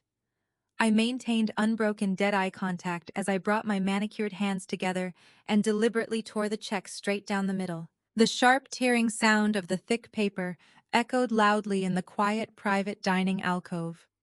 Vivian's triumphant smile vanished, instantly replaced by a look of sheer, unadulterated shock. I calmly placed the two torn halves together and ripped them again, reducing her generous elite charity into worthless, jagged shreds of paper. I leaned forward over the table and held my hands directly above her crystal champagne flute. I slowly opened my fingers and let the destroyed pieces of the $10,000 check flutter down into her expensive vintage beverage. The torn paper soaked up the bubbling golden liquid and sank heavily to the bottom of the glass. Vivian gasped out loud and grabbed the edge of the table, her heavy gold bracelets clanking loudly against the solid wood. She was completely speechless, unable to comprehend why a supposedly destitute, desperate woman would casually destroy $10,000 in liquid cash. I did not give her a single second to recover from the shock or formulate a response. I unclasped my crocodile leather clutch and pulled out a massive, thick folder filled with highly classified Vanguard forensic auditing reports. I dropped the heavy stack of devastating documents directly onto the center of the table with a resounding thud. The bold red letters on the cover page spelled out the exact mathematical financial ruin of her son's investment bank. The true charity dinner had just begun, and I was about to serve Vivian the most devastating reality check of her entire privileged life. The heavy mahogany doors of the private dining alcove swung open with a violent crash that made the crystal glasses on the table vibrate. Desmond stormed into the room with his older brother Julian right on his heels. Desmond looked completely unhinged. His usually immaculate tailored suit was wrinkled, and his silk tie was pulled loose around his neck. He was panting heavily, as if he had sprinted straight from his collapsing bank to this restaurant. Julian looked equally stressed, but maintained a much colder, more calculated composure. They had clearly tracked my location through Vivian, who was currently staring in absolute mute horror at the shredded pieces of her $10,000 bribe floating in her vintage champagne. Desmond did not even bother to assess the situation before he launched into a hysterical, aggressive tirade. He slammed both of his hands onto the pristine white tablecloth right next to the massive forensic auditing folder I had just dropped. He leaned over the table, invading my personal space, and pointed a shaking finger directly at my face. He screamed that I was a psychotic, bitter ex-wife who had completely lost her mind. He accused me of stalking his mother and harassing his family because I was too pathetic to accept that I had been permanently evicted from high society. He aggressively pulled his cell phone from his pocket and threatened to call the Atlanta Police Department right this second. He claimed he would have me thrown into a holding cell for corporate espionage and criminal extortion. He yelled that judges in Buckhead do not listen to desperate women from South Atlanta when elite banking executives press charges against them. I did not flinch, and I did not break eye contact with him. I let him scream his empty, desperate threats while Julian stood behind him, crossing his arms in a display of silent intimidation. They were relying on their old money masculine authority to frighten me into submission. They expected the docile, obedient auditor to burst into tears and beg for mercy.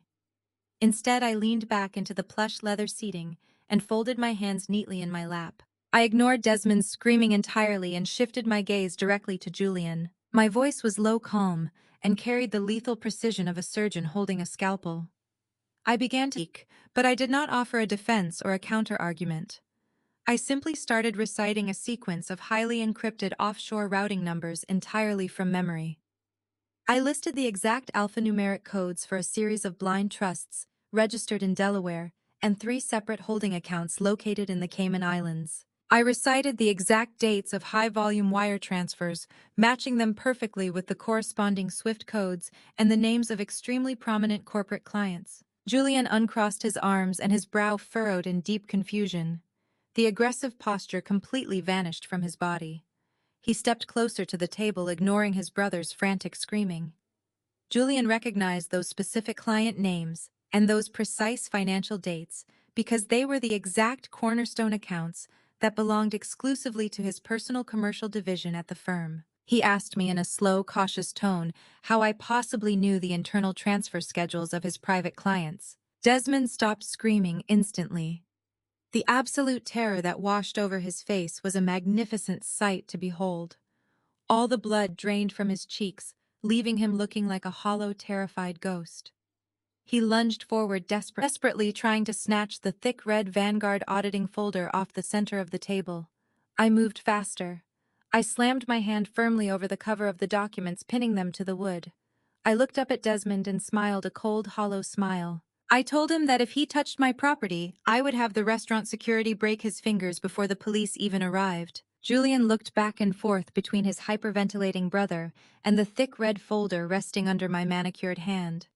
His sharp business instincts finally began to override his blind family loyalty. He demanded to know what was inside the folder and why his brother looked like he was about to vomit.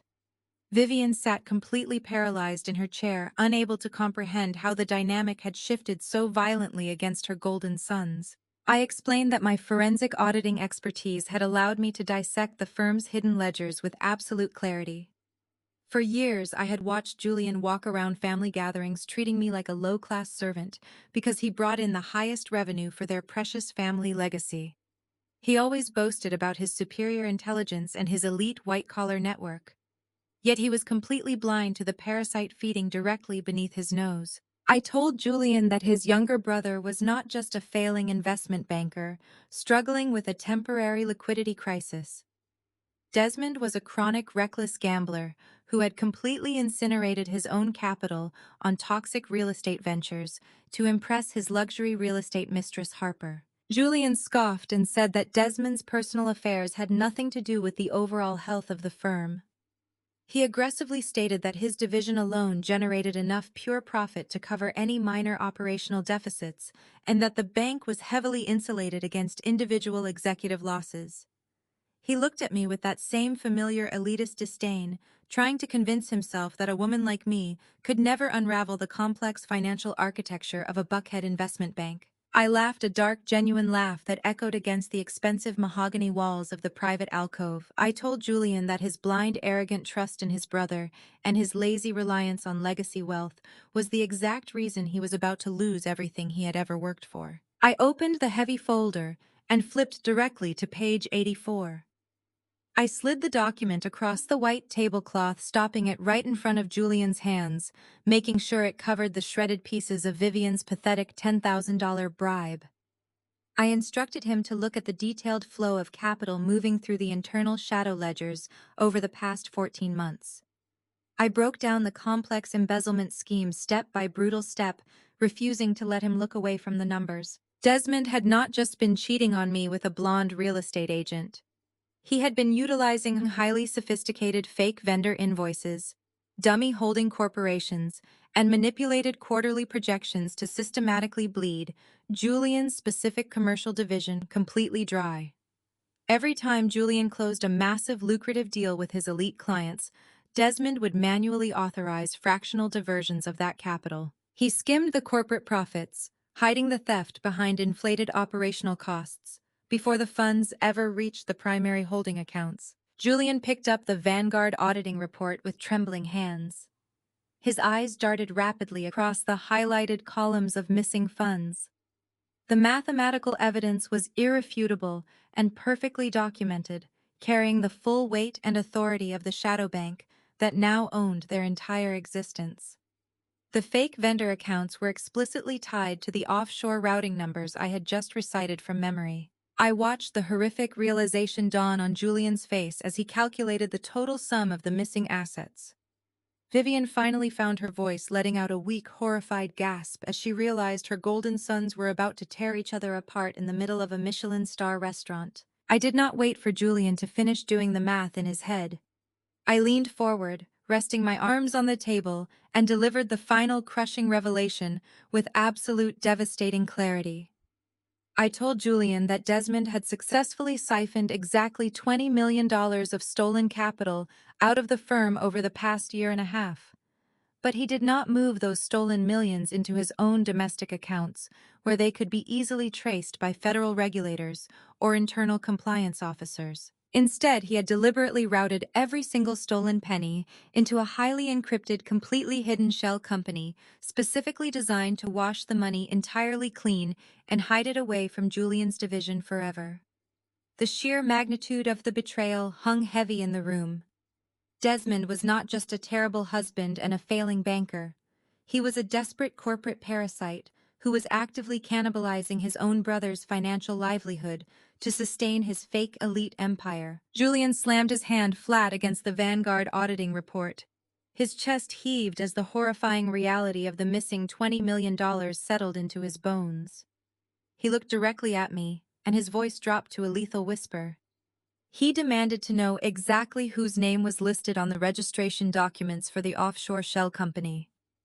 Desmond lunged forward again, completely abandoning any pretense of brotherly respect. He begged Julian to stop listening to me and claimed I was just trying to poison their family legacy out of pure spite. Desmond tried to grab the heavy red folder, but I calmly slid it completely out of his reach. I looked at Julian and told him to read the third line on page 87. I watched his eyes scan the dense legal text until they locked onto the primary shareholder designation. The color drained instantly from Julian's face. He opened his mouth to speak, but no sound came out. He just stared at the name printed in bold black ink. Vivian leaned across the white tablecloth, her vintage jewelry clanking loudly against the wood. She demanded to know what was written on that page. She insisted that whatever fake name I had printed there was just another pathetic attempt to ruin her golden sons. I kept my eyes locked on Julian as I delivered the devastating truth to the rest of the table. I told them the shell company holding the stolen $20 million was entirely registered under the maiden name of his precious elite white wife, Claire. The silence in the private dining alcove was absolute and suffocating. Vivian let out a strangled gasp and fell back into her plush leather chair, clutching her chest. Desmond froze completely, his eyes darting frantically around the room, looking for an exit that did not exist. Julian slowly lifted his head and stared at his younger brother. The look of pure betrayal in his eyes was heavier than any physical violence could ever be. I did not give them a single moment to breathe or formulate a desperate lie. I continued breaking down the forensic architecture of their betrayal with cold, surgical precision. I explained that Claire had not just been a passive beneficiary in this massive corporate theft. She was the primary architect of the laundering process. I detailed how she used her old money connections in Buckhead to open the offshore accounts without triggering any domestic tax alarms. Claire constantly paraded around Atlanta, acting like her white generational wealth made her naturally superior to everyone else in the family. She always made snide remarks about my modest background, acting as if her mere presence was a gift to their black elite dynasty. But the brutal forensic reality was that she was completely broke. Her own family had lost their money years ago. She was secretly maintaining her racist, arrogant lifestyle by stealing directly from Julian's commercial division. Every single time, Julian worked an 80-hour week to close a massive real estate deal. His wife and his brother were quietly siphoning his commission directly into their secret Cayman Islands trust. I reminded them of Claire's ridiculous shopping spree at the designer boutique earlier this morning. I told Julian that the platinum card she was waving in my face to mock my South Atlanta roots was directly funded by the money they had stolen from his hard work. She was using his own wealth to fund a lavish lifestyle with the man sitting right next to him. Julian shook his head slowly, muttering that it made no logical sense. He asked why his wife would partner with his failing younger brother to steal from their own family enterprise. I leaned forward and rested my hands on the pristine white tablecloth. I told Julian that financial audits rarely just uncover stolen money. They almost always uncover the dark human secrets hiding behind the transactions. I instructed him to turn to the final appendix of the Vanguard report. I had cross-referenced the exact dates and timestamps of the offshore wire transfers with their personal travel itineraries over the past 18 months.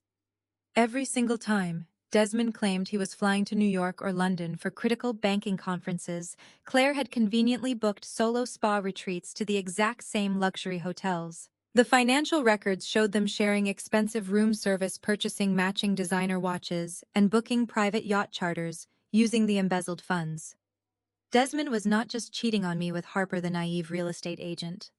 He had been carrying on a full-blown, deeply entrenched affair with Claire's arrogant self behind Julian's back for nearly 2 years. Vivian began to weep openly.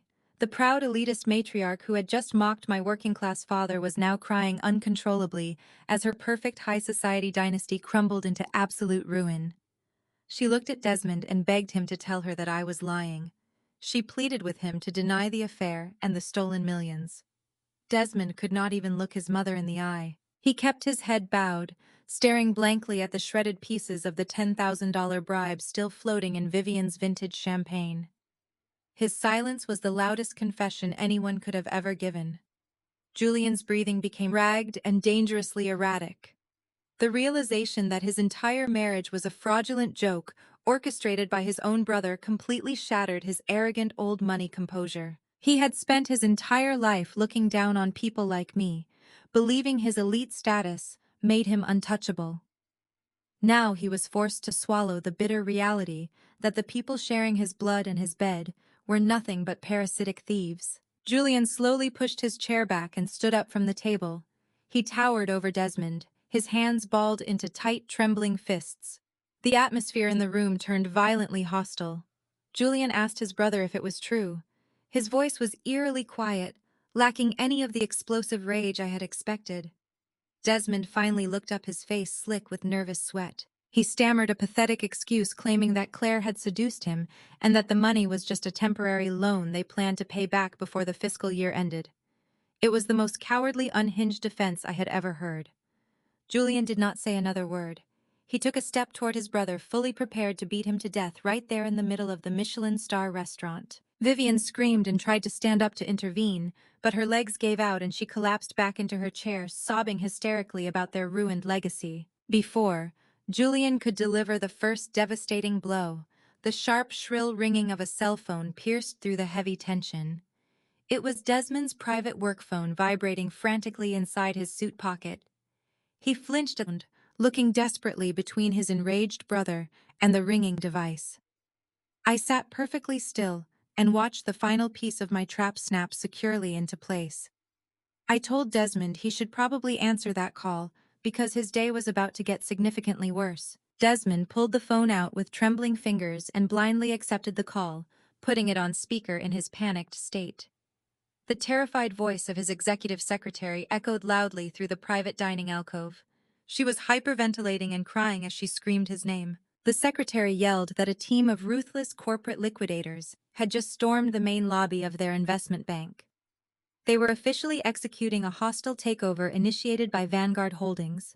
She cried that private security contractors were currently boxing up their files, freezing their servers, and locking all the executive staff out of the building. Desmond stared at the phone in pure, unadulterated shock. He asked how this was physically possible and demanded to speak with the new owner immediately. The secretary sobbed and told him that the supreme chairman of the Vanguard Trust had taken absolute control of their entire debt portfolio.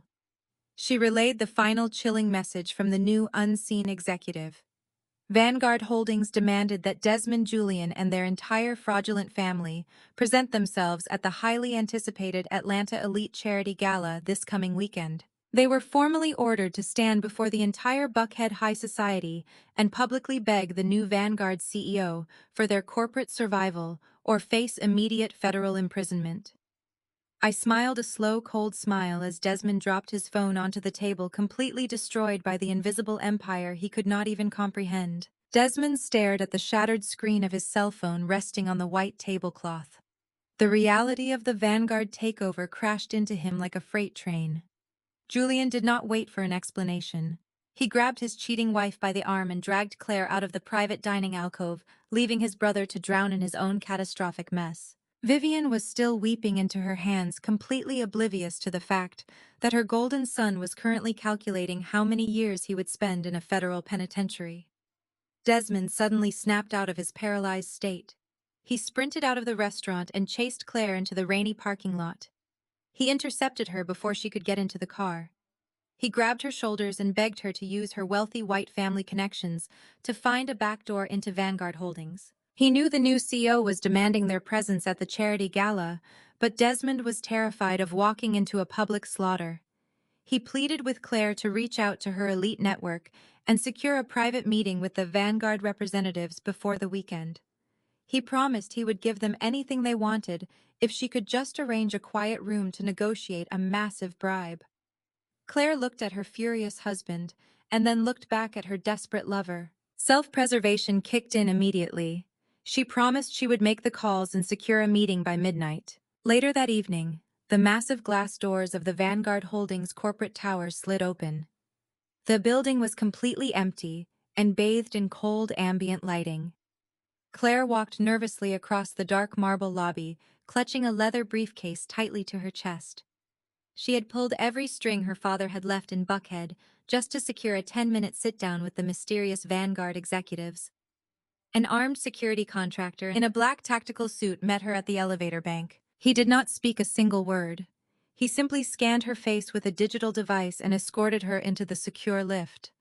They rode the elevator in total silence until it stopped on the 42nd floor. The guard led her down a long, windowless corridor and opened a heavy, soundproof door. He motioned for her to step inside and firmly locked the door behind her. Claire found herself standing in a stark, dimly lit interrogation room. There was a single metal table, a steel chair, and a massive one-way glass mirror covering the entire back wall. The atmosphere was terrifyingly clinical. I sat comfortably on the other side of that heavily tinted glass, resting my hands on the control panel. I could see every bead of nervous sweat dripping down the perfectly contoured face of Claire, but she could only see her own terrified reflection. I pressed the intercom button and activated the digital voice modulator. My voice echoed into her room as a deep, mechanical, unidentifiable sound. I welcomed her to Vanguard Holdings and asked what kind of pathetic bribe she had brought to save her sinking ship. Claire jumped at the sound of the mechanical voice. She rushed over to the metal table and frantically opened her briefcase. She started pulling out property deeds, offshore account ledgers, and country club membership forms. She spoke rapidly to her own reflection in the glass, promising that her family could offer Vanguard lucrative tax loopholes and political favors in the Georgia legislature. She claimed that Desmond was willing to quietly transfer his remaining clients to the shadow bank if they just dropped the debt recall and swept the embezzlement under the rug. She begged the empty room to understand that prominent white families in Atlanta do not go to prison for financial misunderstandings. She was desperately relying on the racist, corrupt systems she had abused her entire life to shield her from the consequences of her own actions. I listened to her pathetic elite bargaining and felt a deep wave of absolute disgust. I pressed the intercom button again and let the heavy mechanical voice cut off her frantic rambling. I told Claire that Vanguard Holdings does not accept dirty real estate or political favors from failing socialites. I informed her that Desmond was already a dead man walking, and the federal authorities were currently drafting his arrest warrants for massive corporate fraud. The face of Claire drained of all color. Her hands began to shake violently as the reality of federal prison finally shattered her wealthy delusions. I told her there was exactly one way she could avoid wearing an orange jumpsuit. I slid a thick legal document through a narrow security slot at the bottom of the one-way mirror. The paper rested on the metal table right in front of her trembling fingers. The voice modulator echoed heavily in the silent room, explaining the terms of her absolute surrender. I told Claire that the document was a fully binding legal confession drafted by my ruthless corporate attorneys. It explicitly detailed every single unauthorized wire transfer she had processed through her offshore shell company. It clearly outlined her prolonged affair with Desmond and their deliberate conspiracy to drain the commercial division dry. I offered her full federal immunity and a quiet severance from the impending criminal investigation if she signed her name on the dotted line right now. If she refused to sign, I promised the mechanical voice, sounding perfectly lethal, that Vanguard would hand her offshore routing numbers directly to the Internal Revenue Service before sunrise. Claire did not even take a full minute to weigh her loyalty to the man she had been sleeping with. The instinct of a selfish, arrogant parasite took over her entire body. She ripped an expensive pen from her designer purse and leaned over the metal table.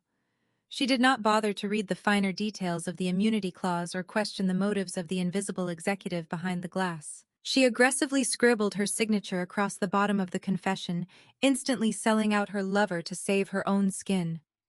She shoved the signed document back through the security slot, her breathing ragged and shallow. She looked at her reflection in the glass and asked if she was safe now. She begged the invisible voice to confirm that she would not be arrested at the charity gala this weekend. I picked up the signed confession and inspected her desperate, messy signature. The trap was now completely flawless. I pressed a hidden button under my desk. A tiny red light blinked off on the high-definition security camera mounted directly above the one-way mirror. I had just recorded the entire beautiful betrayal in flawless high definition, capturing both her audio confession and her physical signature on tape.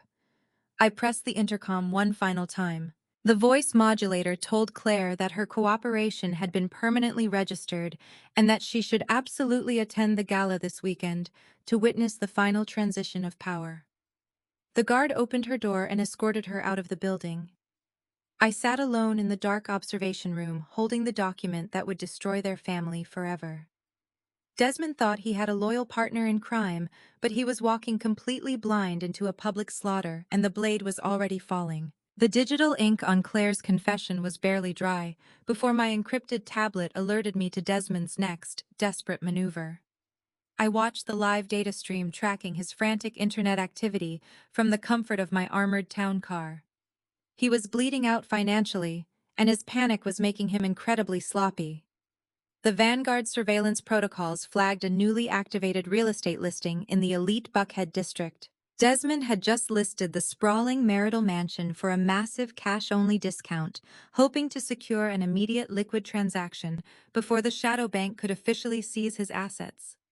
He needed millions of dollars by tomorrow morning just to keep his fraudulent investment firm out of federal receivership. I instructed my driver to bypass my hotel and head straight for the Buckhead estate. The skies above Atlanta were darkening again, bringing another violent wave of heavy thunderstorms rolling in from the coast. It was poetic justice that the weather was perfectly mirroring the exact same miserable conditions of the night he threw me away. We arrived at the massive iron gates of the property long before Desmond or his prospective buyers could reach the neighborhood. I stepped out of the vehicle and walked up the pristine cobblestone driveway, feeling a deep sense of absolute ownership. I bypassed the traditional keyhole entirely and approached the digital security keypad mounted next to the heavy oak doors. My forensic auditing background meant I never left a single digital footprint to chance. I tapped in the master override sequence I had established years ago, when I personally installed the smart home system. The heavy deadbolts retracted instantly with a smooth mechanical hum. I stepped into the cavernous foyer and immediately engaged the total security lockdown protocol. I permanently wiped Desmond's biometric access, erased his backup codes, and bricked his mobile entry application. The mansion was now an impenetrable fortress, and he was officially locked out of his own illusion. I walked into the sunken living room and sat down on the custom Italian leather sofa, crossing my legs and waiting patiently for the rat to walk directly into the trap. Less than 20 minutes later, the sound of tires screeching against the wet pavement echoed through the front windows. The heavy rain was pouring down in sheets, washing over the manicured lawn. I heard Desmond's loud, arrogant voice trying to project an aura of infinite wealth over the roaring thunder. He was walking up the front steps, accompanied by a high-profile real estate broker and a wealthy couple looking for a quick investment property. Desmond was loudly boasting about the custom Greek columns, the imported marble floors, and how he single-handedly financed the entire estate with his brilliant investment banking bonuses. He marched up to the front door and confidently pressed his thumb against the biometric scanner. The panel flashed a bright, angry red and emitted a harsh rejection tone. Desmond chuckled nervously, telling the buyers it was just a minor security glitch due to the heavy storm. He aggressively punched his secondary access code into the keypad. The system rejected it again, completely deadlocking the interface. His arrogant facade began to slip as the wealthy buyers exchanged uncomfortable glances with the real estate agent. Desmond grew furious and began violently pounding his fists against the heavy oak doors, demanding that whoever was inside open up immediately. I slowly stood up from the leather sofa and smoothed the invisible wrinkles from my charcoal gray power suit. I walked unhurriedly across the marble foyer and disabled the primary deadbolt. I pulled the massive door open just enough to stand perfectly framed in the entryway. Desmond stumbled backward in absolute shock. He stared at my immaculate designer clothing, my sharp architectural hair, and the lethal predatory calmness radiating from my posture. He could not comprehend how the broken, muddy woman he had discarded was suddenly standing inside his house, looking like the chief executive of a Fortune 500 company. He quickly tried to recover his bruised masculinity in front of his prospective buyers. He puffed out his chest and angrily ordered me to get off his property immediately. He turned to the real estate agent and frantically claimed that I was a mentally unstable ex-wife who had illegally broken into the mansion to harass him. He demanded the agent call the Atlanta Police Department to have me arrested for trespassing and criminal burglary. I did not raise my voice or react to his frantic, pathetic screaming. I simply reached into my crocodile leather clutch and pulled out a thick stack of notarized municipal property documents. I completely ignored Desmond and handed the paperwork directly to the stunned real estate agent. I calmly advised the broker to review the county tax records and the official deed of ownership before he allowed his firm to be implicated in a fraudulent real estate transaction. The agent nervously adjusted his glasses and began reading through the heavily stamped legal documents. I watched the color completely drain from his face as he scanned the lines of text. I looked directly at Desmond and broke down the brutal financial reality of his ignorant existence.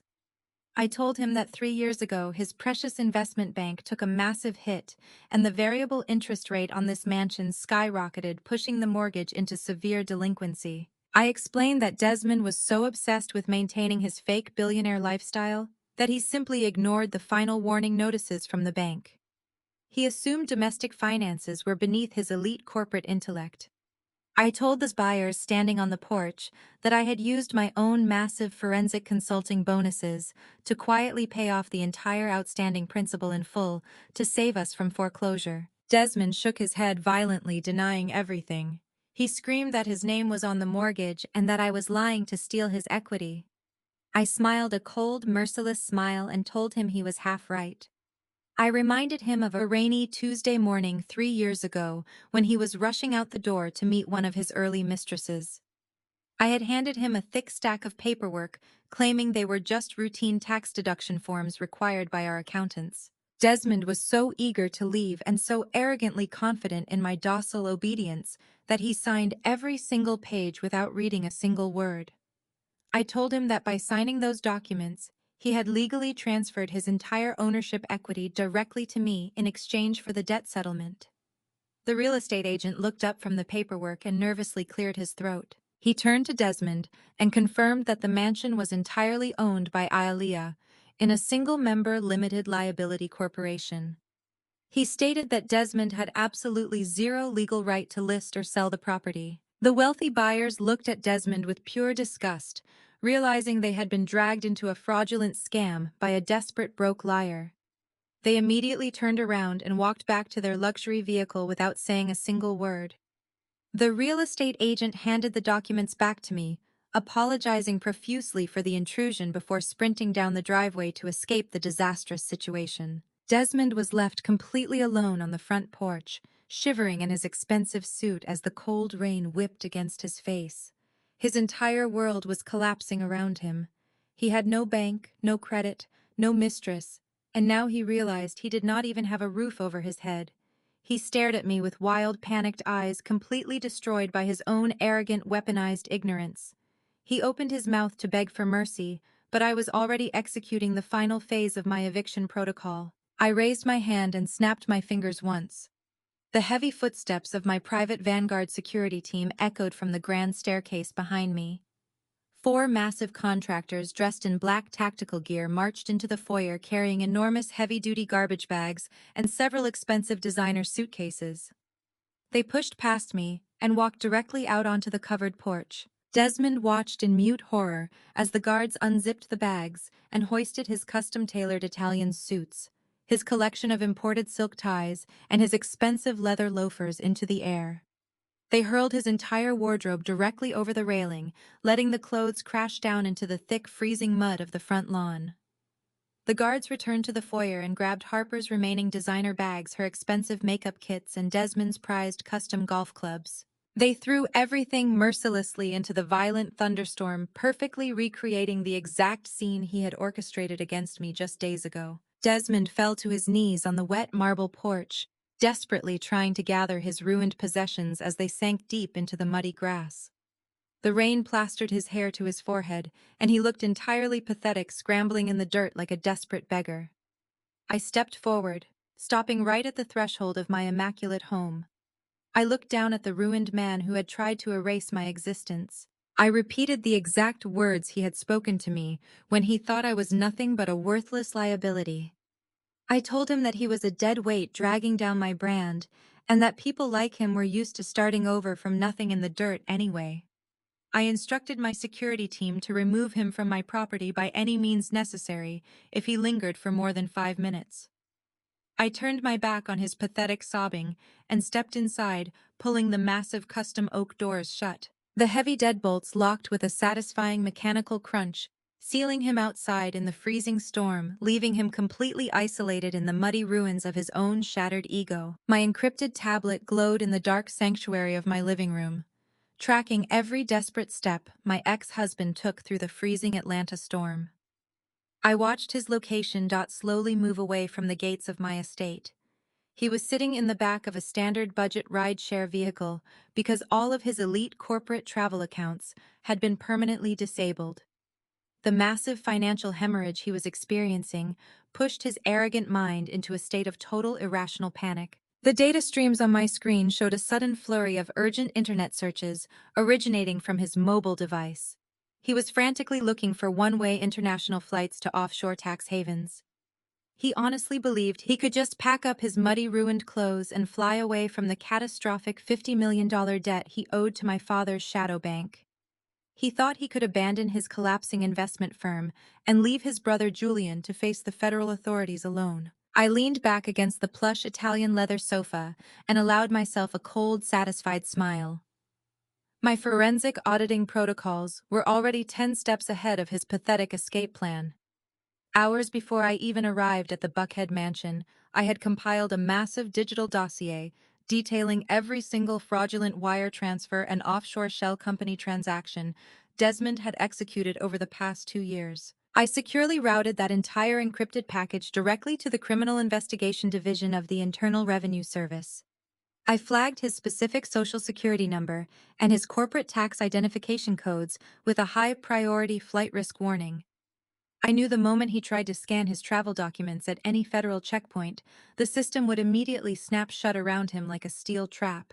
The tracking beacon on my tablet showed his ride-share vehicle pulling up to the international terminal of Hartsfield-Jackson Airport.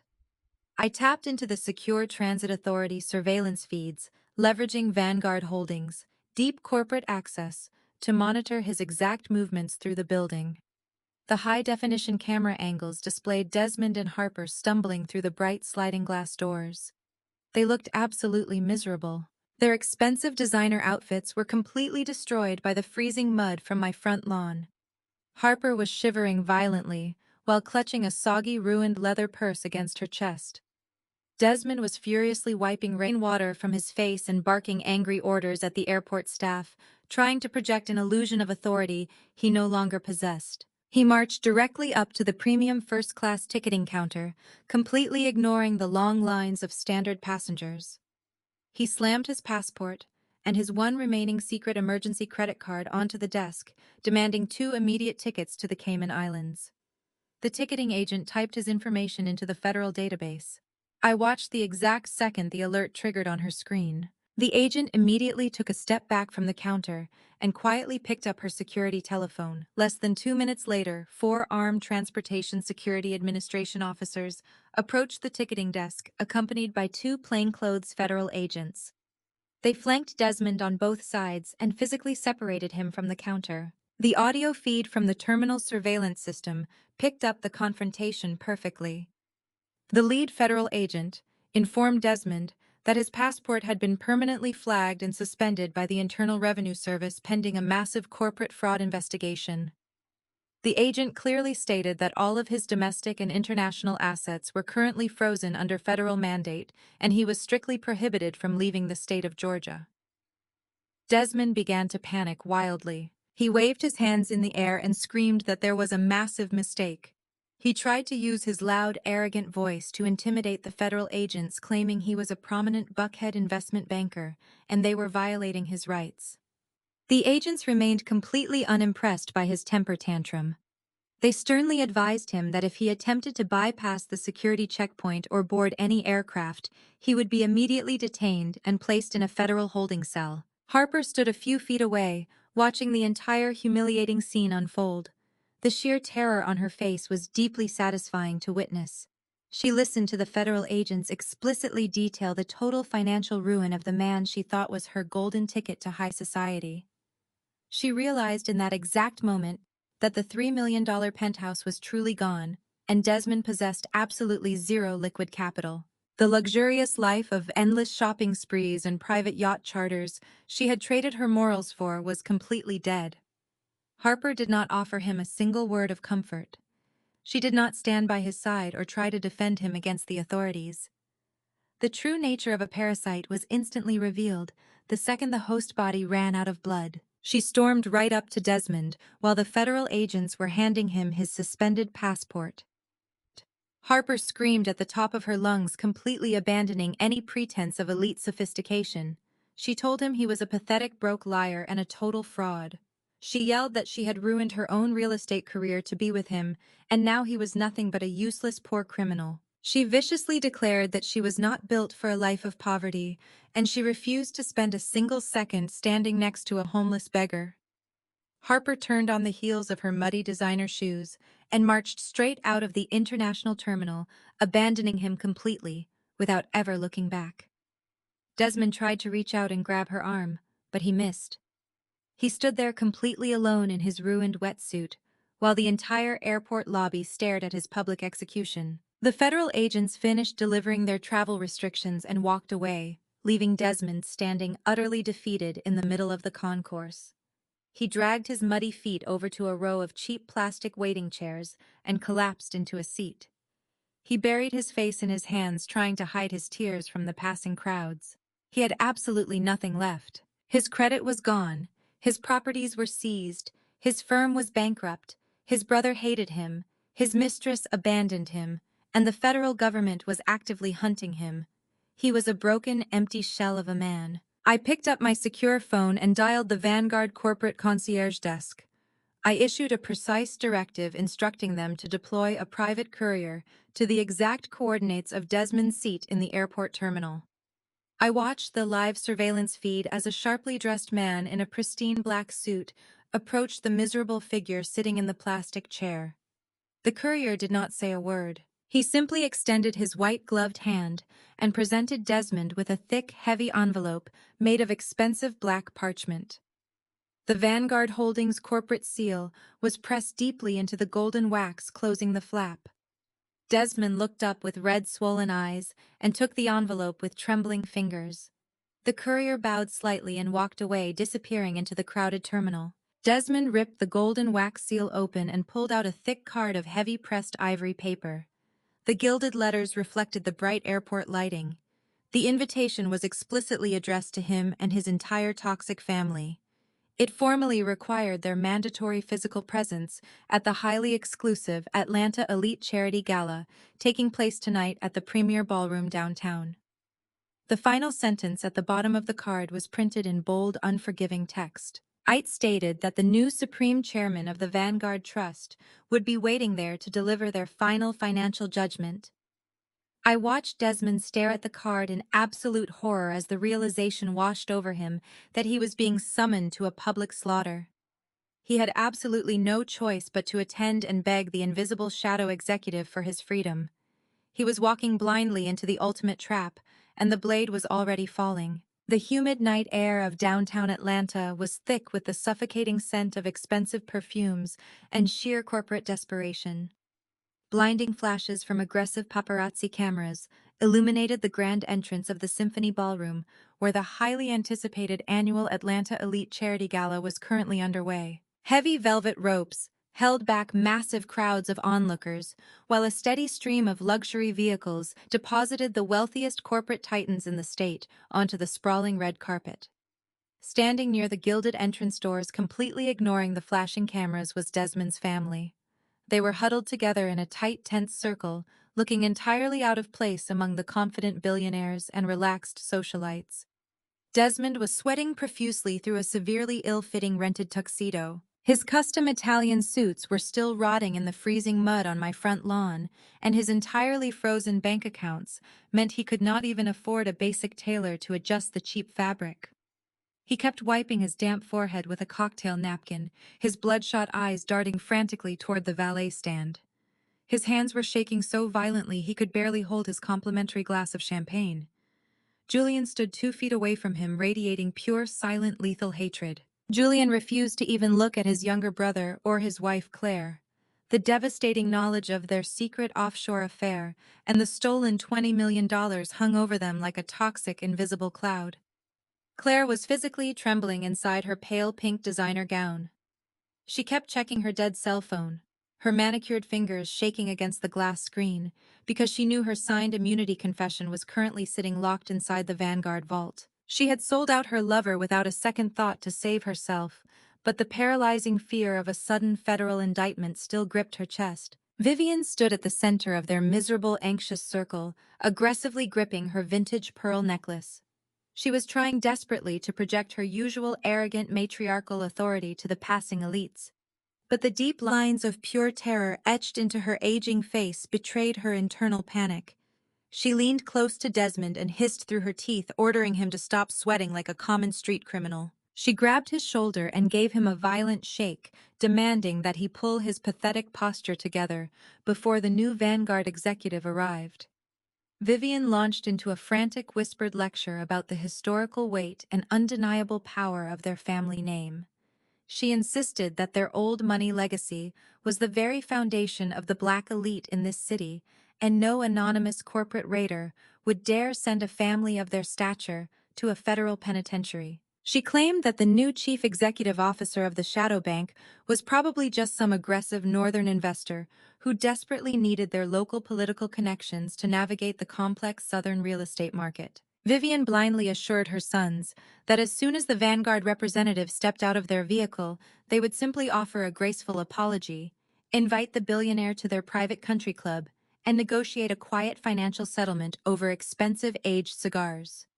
She was utterly convinced that her fading social status was a magical shield that rendered them completely untouchable by the law. She told Desmond to straighten his rented bow tie, stop acting like a coward, and prepare to greet the billionaire with the utmost respect, because their entire bloodline depended on securing a merciful buyout tonight.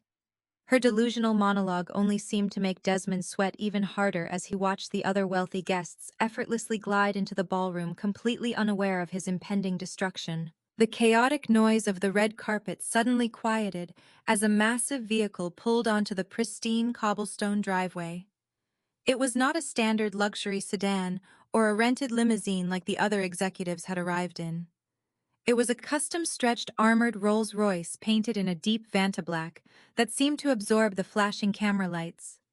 The sheer predatory weight of the vehicle commanded immediate absolute silence from the entire crowd. The paparazzi lowered their cameras slightly, sensing that someone of immense, terrifying financial importance was about to step into the humid night air. The event coordinators scrambled over themselves, rushing past the velvet ropes to stand at rigid attention near the curb. The local politicians and real estate moguls, who had been boasting loudly just moments ago, completely stopped talking and turned to watch the vehicle. Desmond let out a sharp, ragged breath and grabbed the brass handle of the entrance door for physical support. His knees were visibly buckling under the weight of his impending corporate execution. Vivian shoved him forward, whispering furiously that this was their one and only chance to beg for their lives.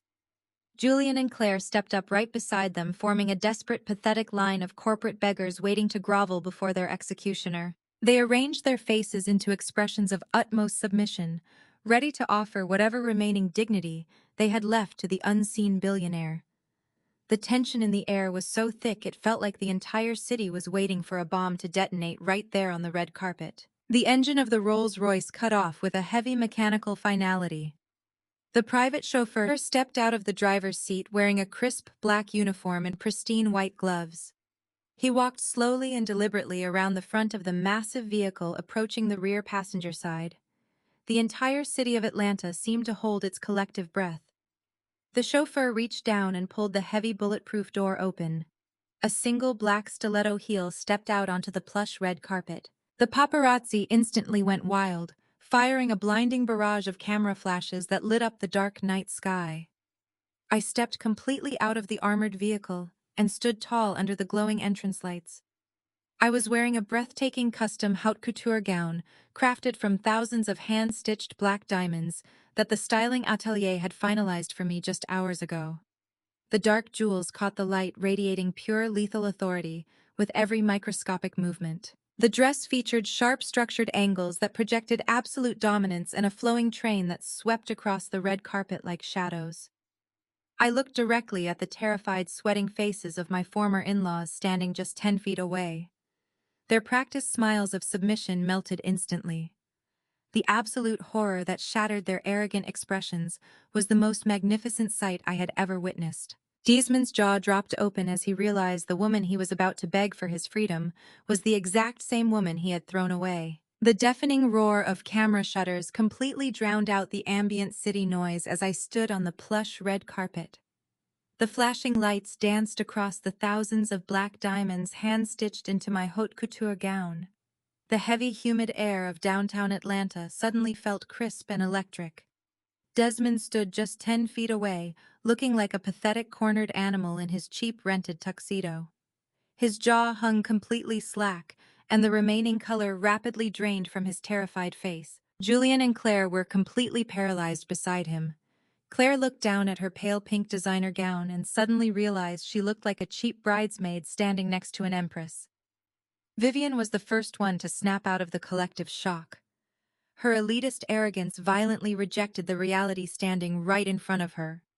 She refused to believe that the woman she had mocked and bribed with a torn check was now radiating more wealth than her entire generational dynasty combined. Vivian aggressively pushed her way through the velvet ropes, completely ignoring the shouting paparazzi. She marched straight toward me with her hands balled into tight, shaking fists. She began screaming at the top of her lungs, demanding that the event coordinators call the police immediately.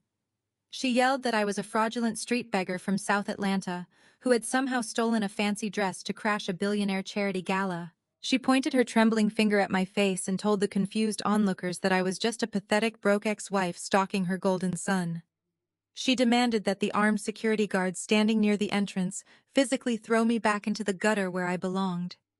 She claimed that the elite black families of Buckhead would pull all their funding from this charity event if the organizers allowed a filthy mailman's daughter to pollute their sacred high society gathering. Her voice grew increasingly shrill and desperate as she tried to command authority over a crowd that was now staring at her with obvious disdain.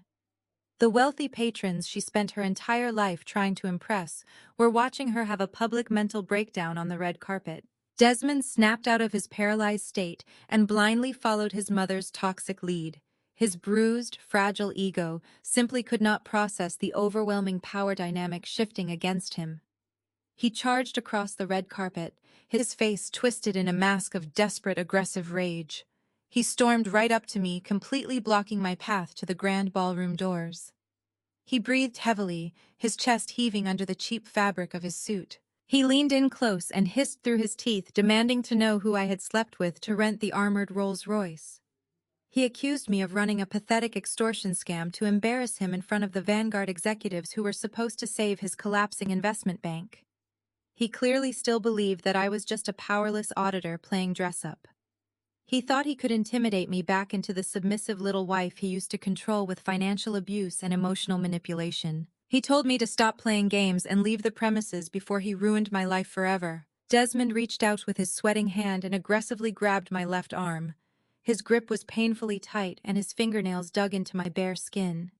He leaned closer, trying to use his physical size to tower over me and force me into submission. He told me to turn around, get back into the car, and drive away before he destroyed my entire auditing career.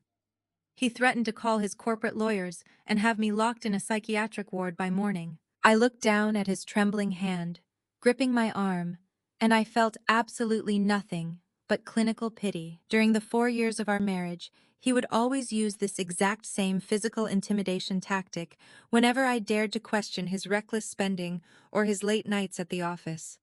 He would grab my wrist and squeeze it until it bruised just to remind me that he held the power, and I was nothing but a guest in his expensive world. He expected me to shrink back and apologize just like I always did back then.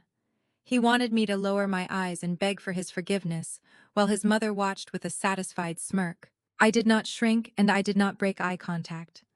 I stood perfectly still and let him hold onto my arm. I did not even bother to raise my voice. I looked directly into his bloodshot, panicked eyes and told him he had exactly 3 seconds to remove his hand from my body, or he would never use it to sign another fraudulent banking document again. My voice was completely devoid of any fear or hesitation. The absolute coldness of my tone finally made a microscopic crack in his arrogant delusion. He looked at my face, and then looked down at the heavy custom diamond gown wrapping around my body. The mathematical reality of my outfit alone was worth more than his entire liquid net worth. He swallowed hard, but his toxic pride refused to let him back down in front of the flashing cameras and the staring crowds. He tightened his grip on my arm and opened his mouth to scream another pathetic threat. He wanted to prove to the entire city that he was still the dominant force in my life. He never got the chance to speak another word. The heavy, methodical footsteps of the elite event security team rushed across the red carpet.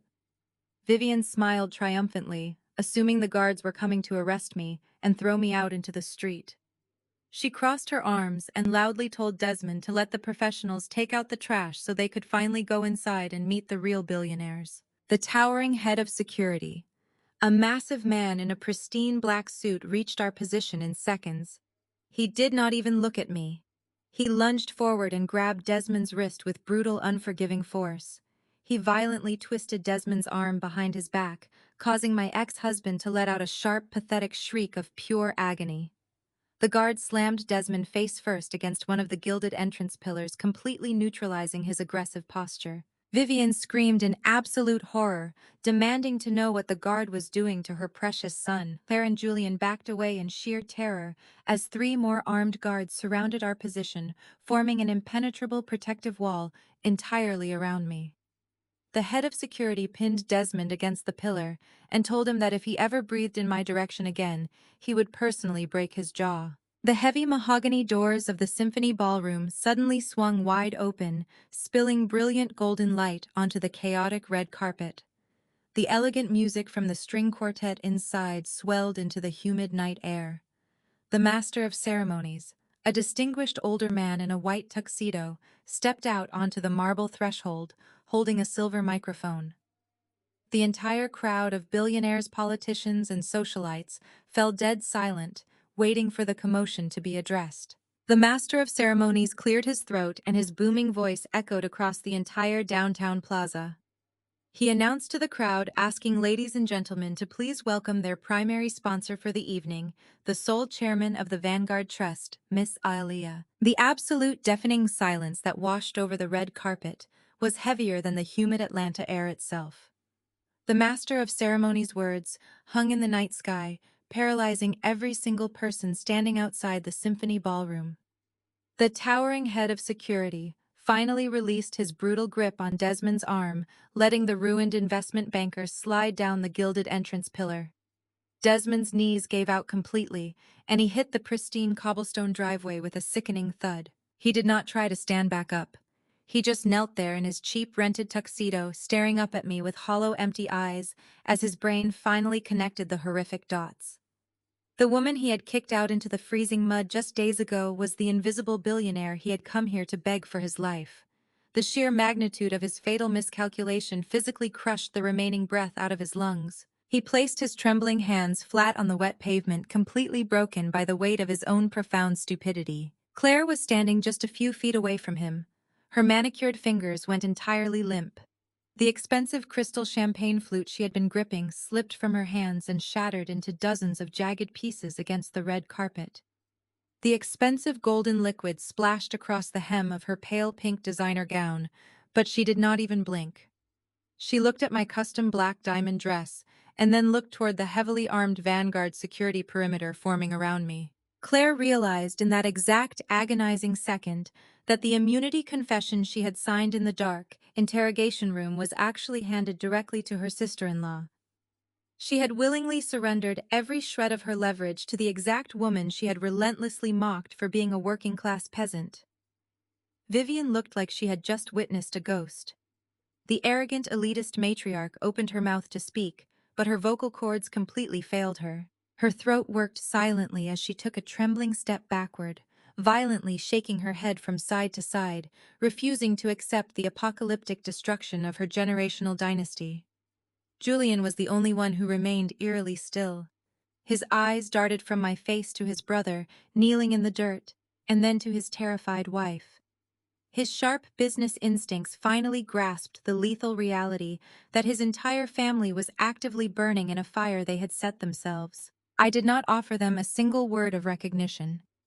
I did not smile or gloat or acknowledge their pathetic misery. I turned my back on the ruined family and walked smoothly past them toward the grand entrance of the symphony ballroom. My black diamond gown caught the light with every confident step I took, creating a mesmerizing wave of dark brilliance. The heavy mahogany doors were held open by the event coordinators who bowed their heads respectfully as I passed the threshold. The atmosphere inside the colossal ballroom was incredibly lavish. Massive crystal chandeliers cast a warm, elegant glow over hundreds of tables draped in white silk and adorned with towering floral arrangements. The most powerful politicians, real estate moguls, and corporate titans in the state of Georgia were seated in the room sipping rare imported wines and discussing their massive portfolios. The gentle hum of the string quartet, playing on the mezzanine, floated through the space, but it faded quickly as the crowd noticed my entrance. The master of ceremonies quickly ushered me down the central aisle toward the main stage. The wealthy patrons stopped their conversations and turned in their velvet chairs to watch me walk. They did not know my personal history or my South Atlanta roots.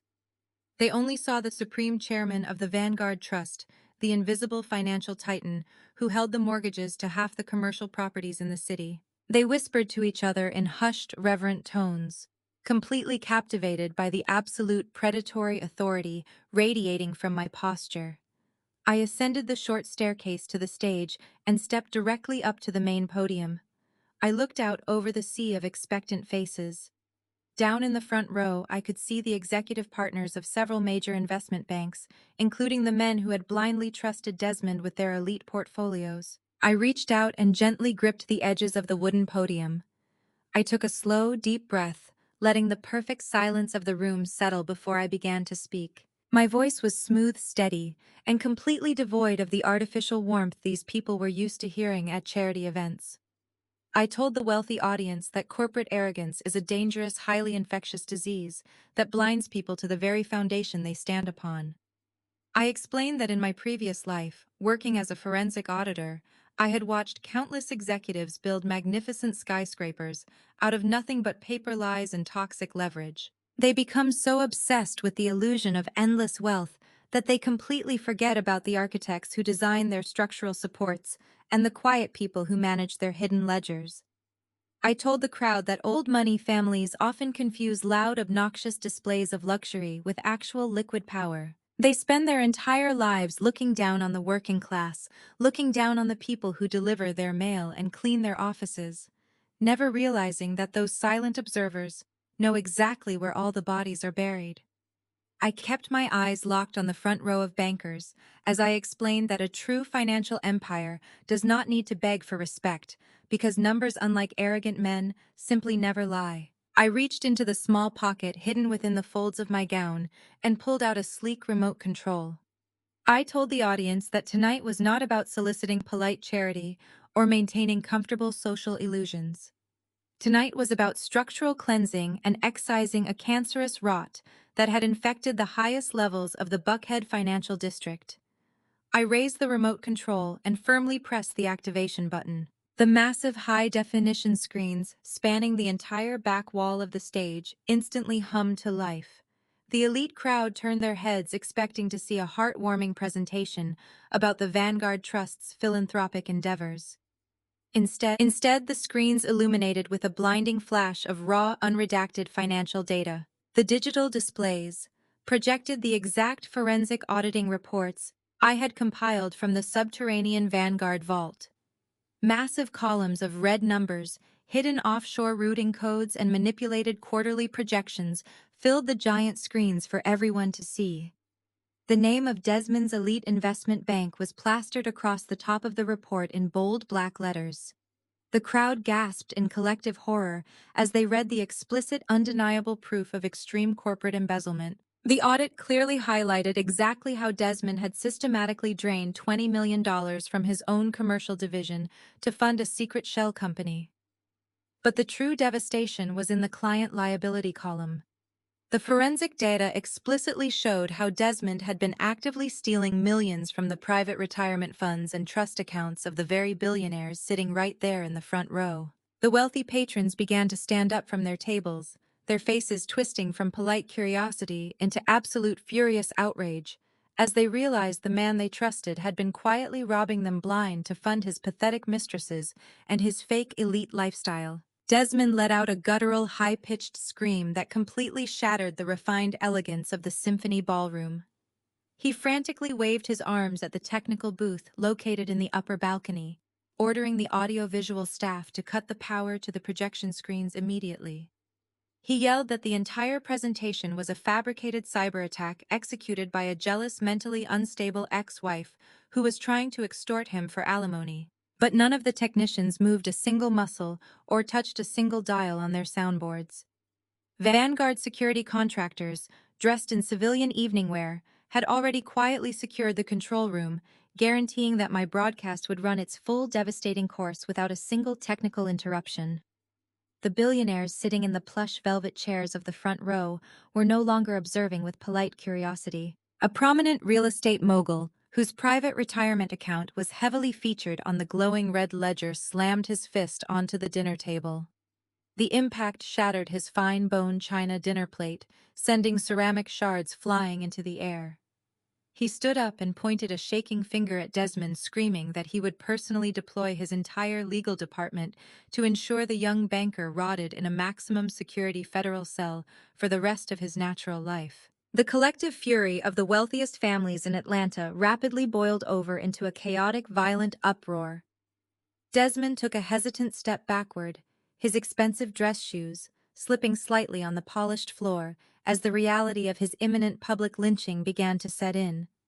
He looked desperately toward the exit, but the sheer density of the furious crowd made any attempt at a quick escape physically impossible. I stood calmly behind the polished wooden podium, completely unbothered by the venomous threats and aggressive shouting echoing across the massive room. I raised the small remote control high into the air, making sure every single person in the ballroom could see that I was the absolute master of this corporate execution. I spoke into the microphone, my voice cutting sharply through the chaotic noise. I told the furious crowd of elite investors to hold their righteous anger for just a few more moments because stealing their investment portfolios was only the beginning of Desmond's pathetic betrayal. I pressed the central activation button for a second time. The massive spreadsheets tracking the stolen millions instantly vanished from the giant screens, replacing the harsh red numbers with a different kind of horror. They were replaced by crisp, high-definition video footage recorded straight from the dark interrogation room inside the Vanguard corporate tower earlier that evening. The room fell dead silent once again as the crystal-clear audio echoed through the state-of-the-art surround sound system. The video displayed Claire sitting nervously at the cold metal table, desperately clutching her designer briefcase to her chest like a protective shield. Every single person in the ballroom immediately recognized the blonde woman on the screen who had spent the entire evening bragging about her elite family connections to anyone who would listen. The digital footage showed Claire frantically trading her loyalty for a hollow promise of federal immunity. Her voice echoed loudly across the grand ballroom, dripping with cowardly self-preservation and desperate entitlement. The entire Atlanta high society watched in stunned fascination as Julian's precious elite wife explicitly confessed to opening the offshore shell companies under her maiden name. The video captured her detailing exactly how she manipulated the banking compliance officers, relying entirely on her racial privilege, because nobody in Buckhead ever questioned a prominent white socialite making massive international wire transfers. But the financial betrayal was merely the appetizer to the true devastation. Claire began to sob on the giant screen, loudly confessing to her prolonged, filthy affair with Desmond. She described their secret hotel meetings in excruciating detail, outlining their stolen weekends, masking as corporate retreats. She explained how they laughed together at Julian for working 80-hour weeks to maintain their lifestyle, while they quietly drained his commission accounts completely dry behind his back. She explicitly admitted that she only tolerated Julian's boring personality because it provided the perfect cover for her to siphon cash directly into her lover's pockets. The elite crowd gasped collectively, putting their hands over their mouths as Claire aggressively signed her name on the digital contract. They watched her sell out her brother-in-law and her supposed soulmate without a second thought, just to save her own skin from the federal authorities. Julian had been standing near the edge of the central VIP table, his eyes locked onto the massive projection screen in a state of sheer paralysis. The arrogant old money composure he had maintained his entire life completely evaporated in a matter of seconds. The veins in his neck bulged visibly against his stiff white collar, and his breathing turned into shallow, ragged gasps. He watched his wife trade his dignity for a get-out-of-jail-free card, and he watched his younger brother stand just a few feet away, covered in the guilt of 1,000 betrayals. Julian did not say a single word to demand an explanation or an apology. He let out a primal, furious roar that echoed over the audio of the confession video. He launched his entire body across the beautifully decorated dinner table, completely disregarding the expensive floral arrangements and the towering crystal champagne pyramids. He sent glass and ice water crashing violently to the floor as he tackled Desmond around the waist. Julian drove the younger brother backward with explosive momentum until they both slammed violently into the marble wall of the ballroom. Julian pulled his right arm back and delivered a brutal, sickening punch directly to Desmond's jaw. The sharp, definitive crack of bone breaking echoed over the gasps of the wealthy onlookers.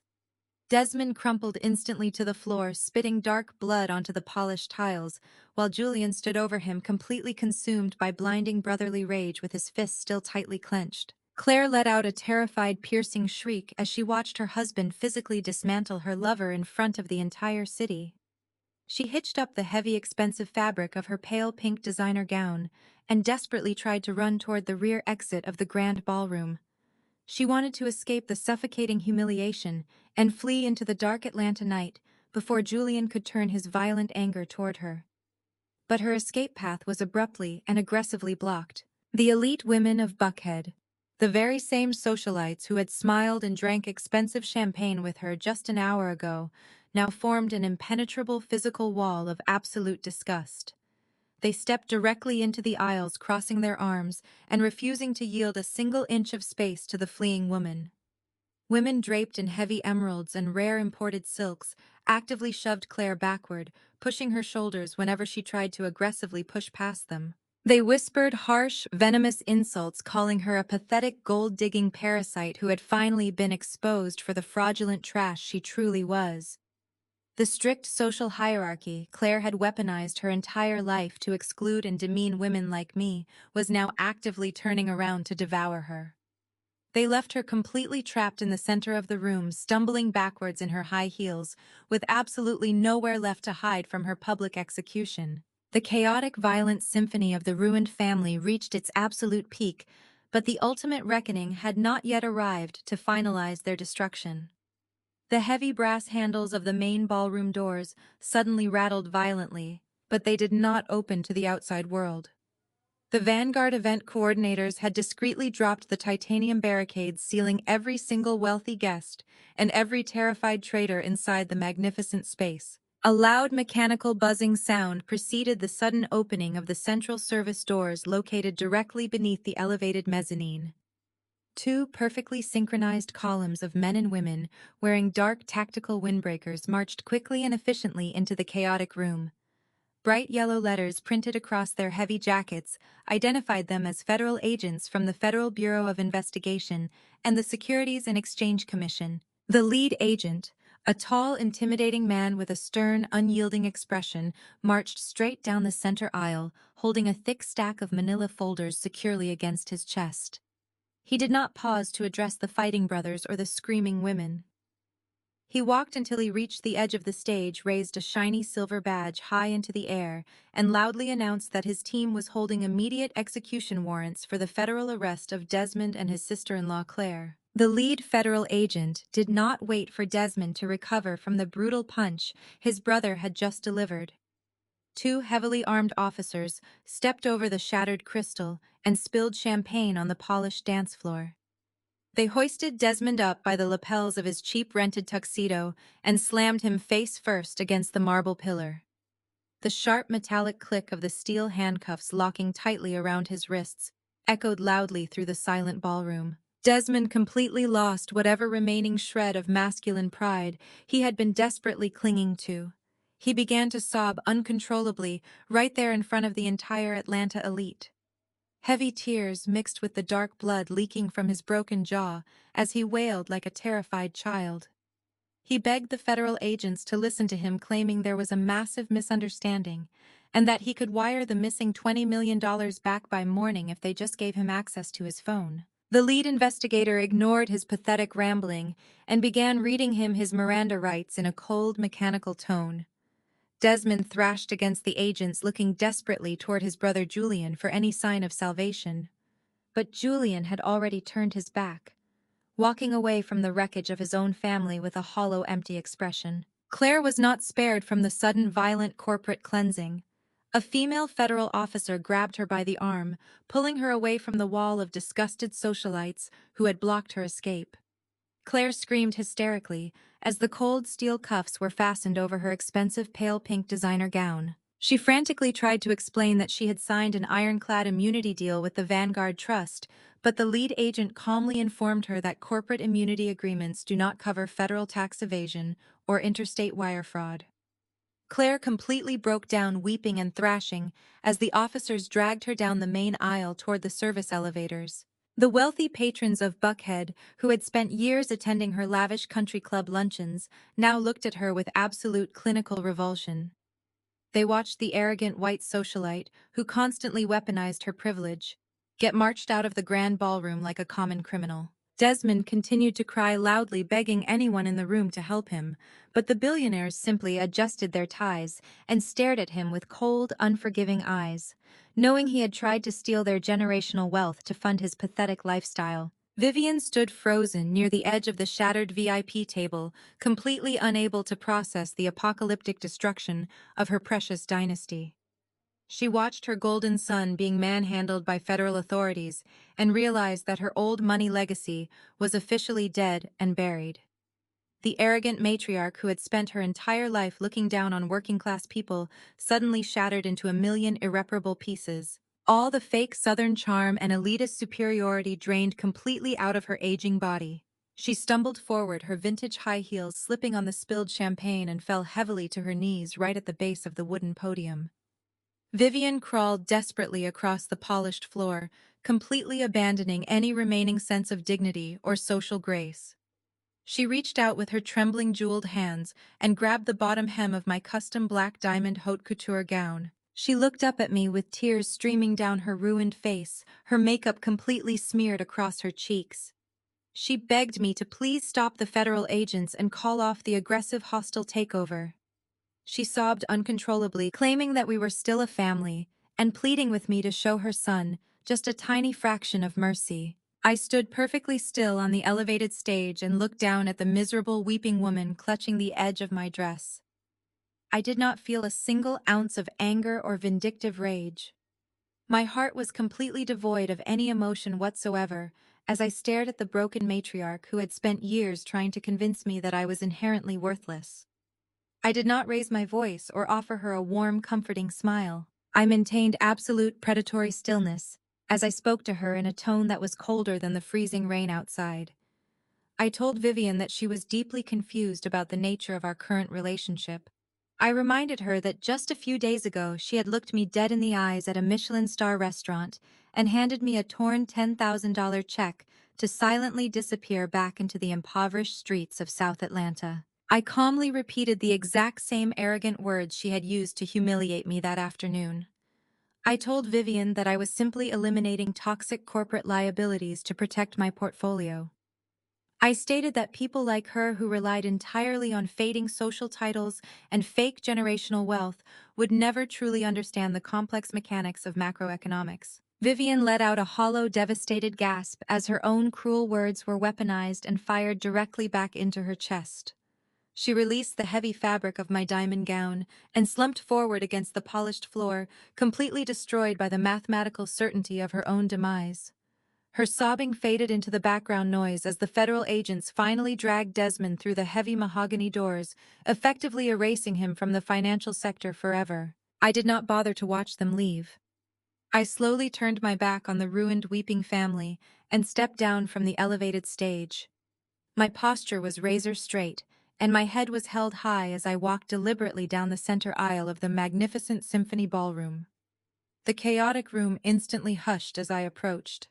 The most powerful politicians, real estate moguls, and corporate titans in the state of Georgia did not try to speak to me or offer empty platitudes. They physically stepped back and parted like a vast sea of silk and velvet, creating a wide, clear path for me to walk through. Their eyes were filled with profound, undeniable reverence and deep-seated institutional fear. They finally understood that the quiet forensic auditor they had ignored for years was now the absolute apex predator of their entire city. I walked smoothly past the glittering chandeliers and the shattered remnants of the elite dinner service, leaving the suffocating atmosphere of the grand ballroom behind me. I pushed through a set of heavy frosted glass doors and stepped out onto the sprawling private balcony overlooking the magnificent downtown Atlanta skyline. The humid night air felt incredibly crisp and clean against my bare shoulders. The storm clouds had finally broken apart, revealing a vast canvas of brilliant stars shining over the glittering city lights below. A private Vanguard concierge stepped silently out of the shadows, holding a silver tray with a single crystal glass of the most expensive aged whiskey in the world.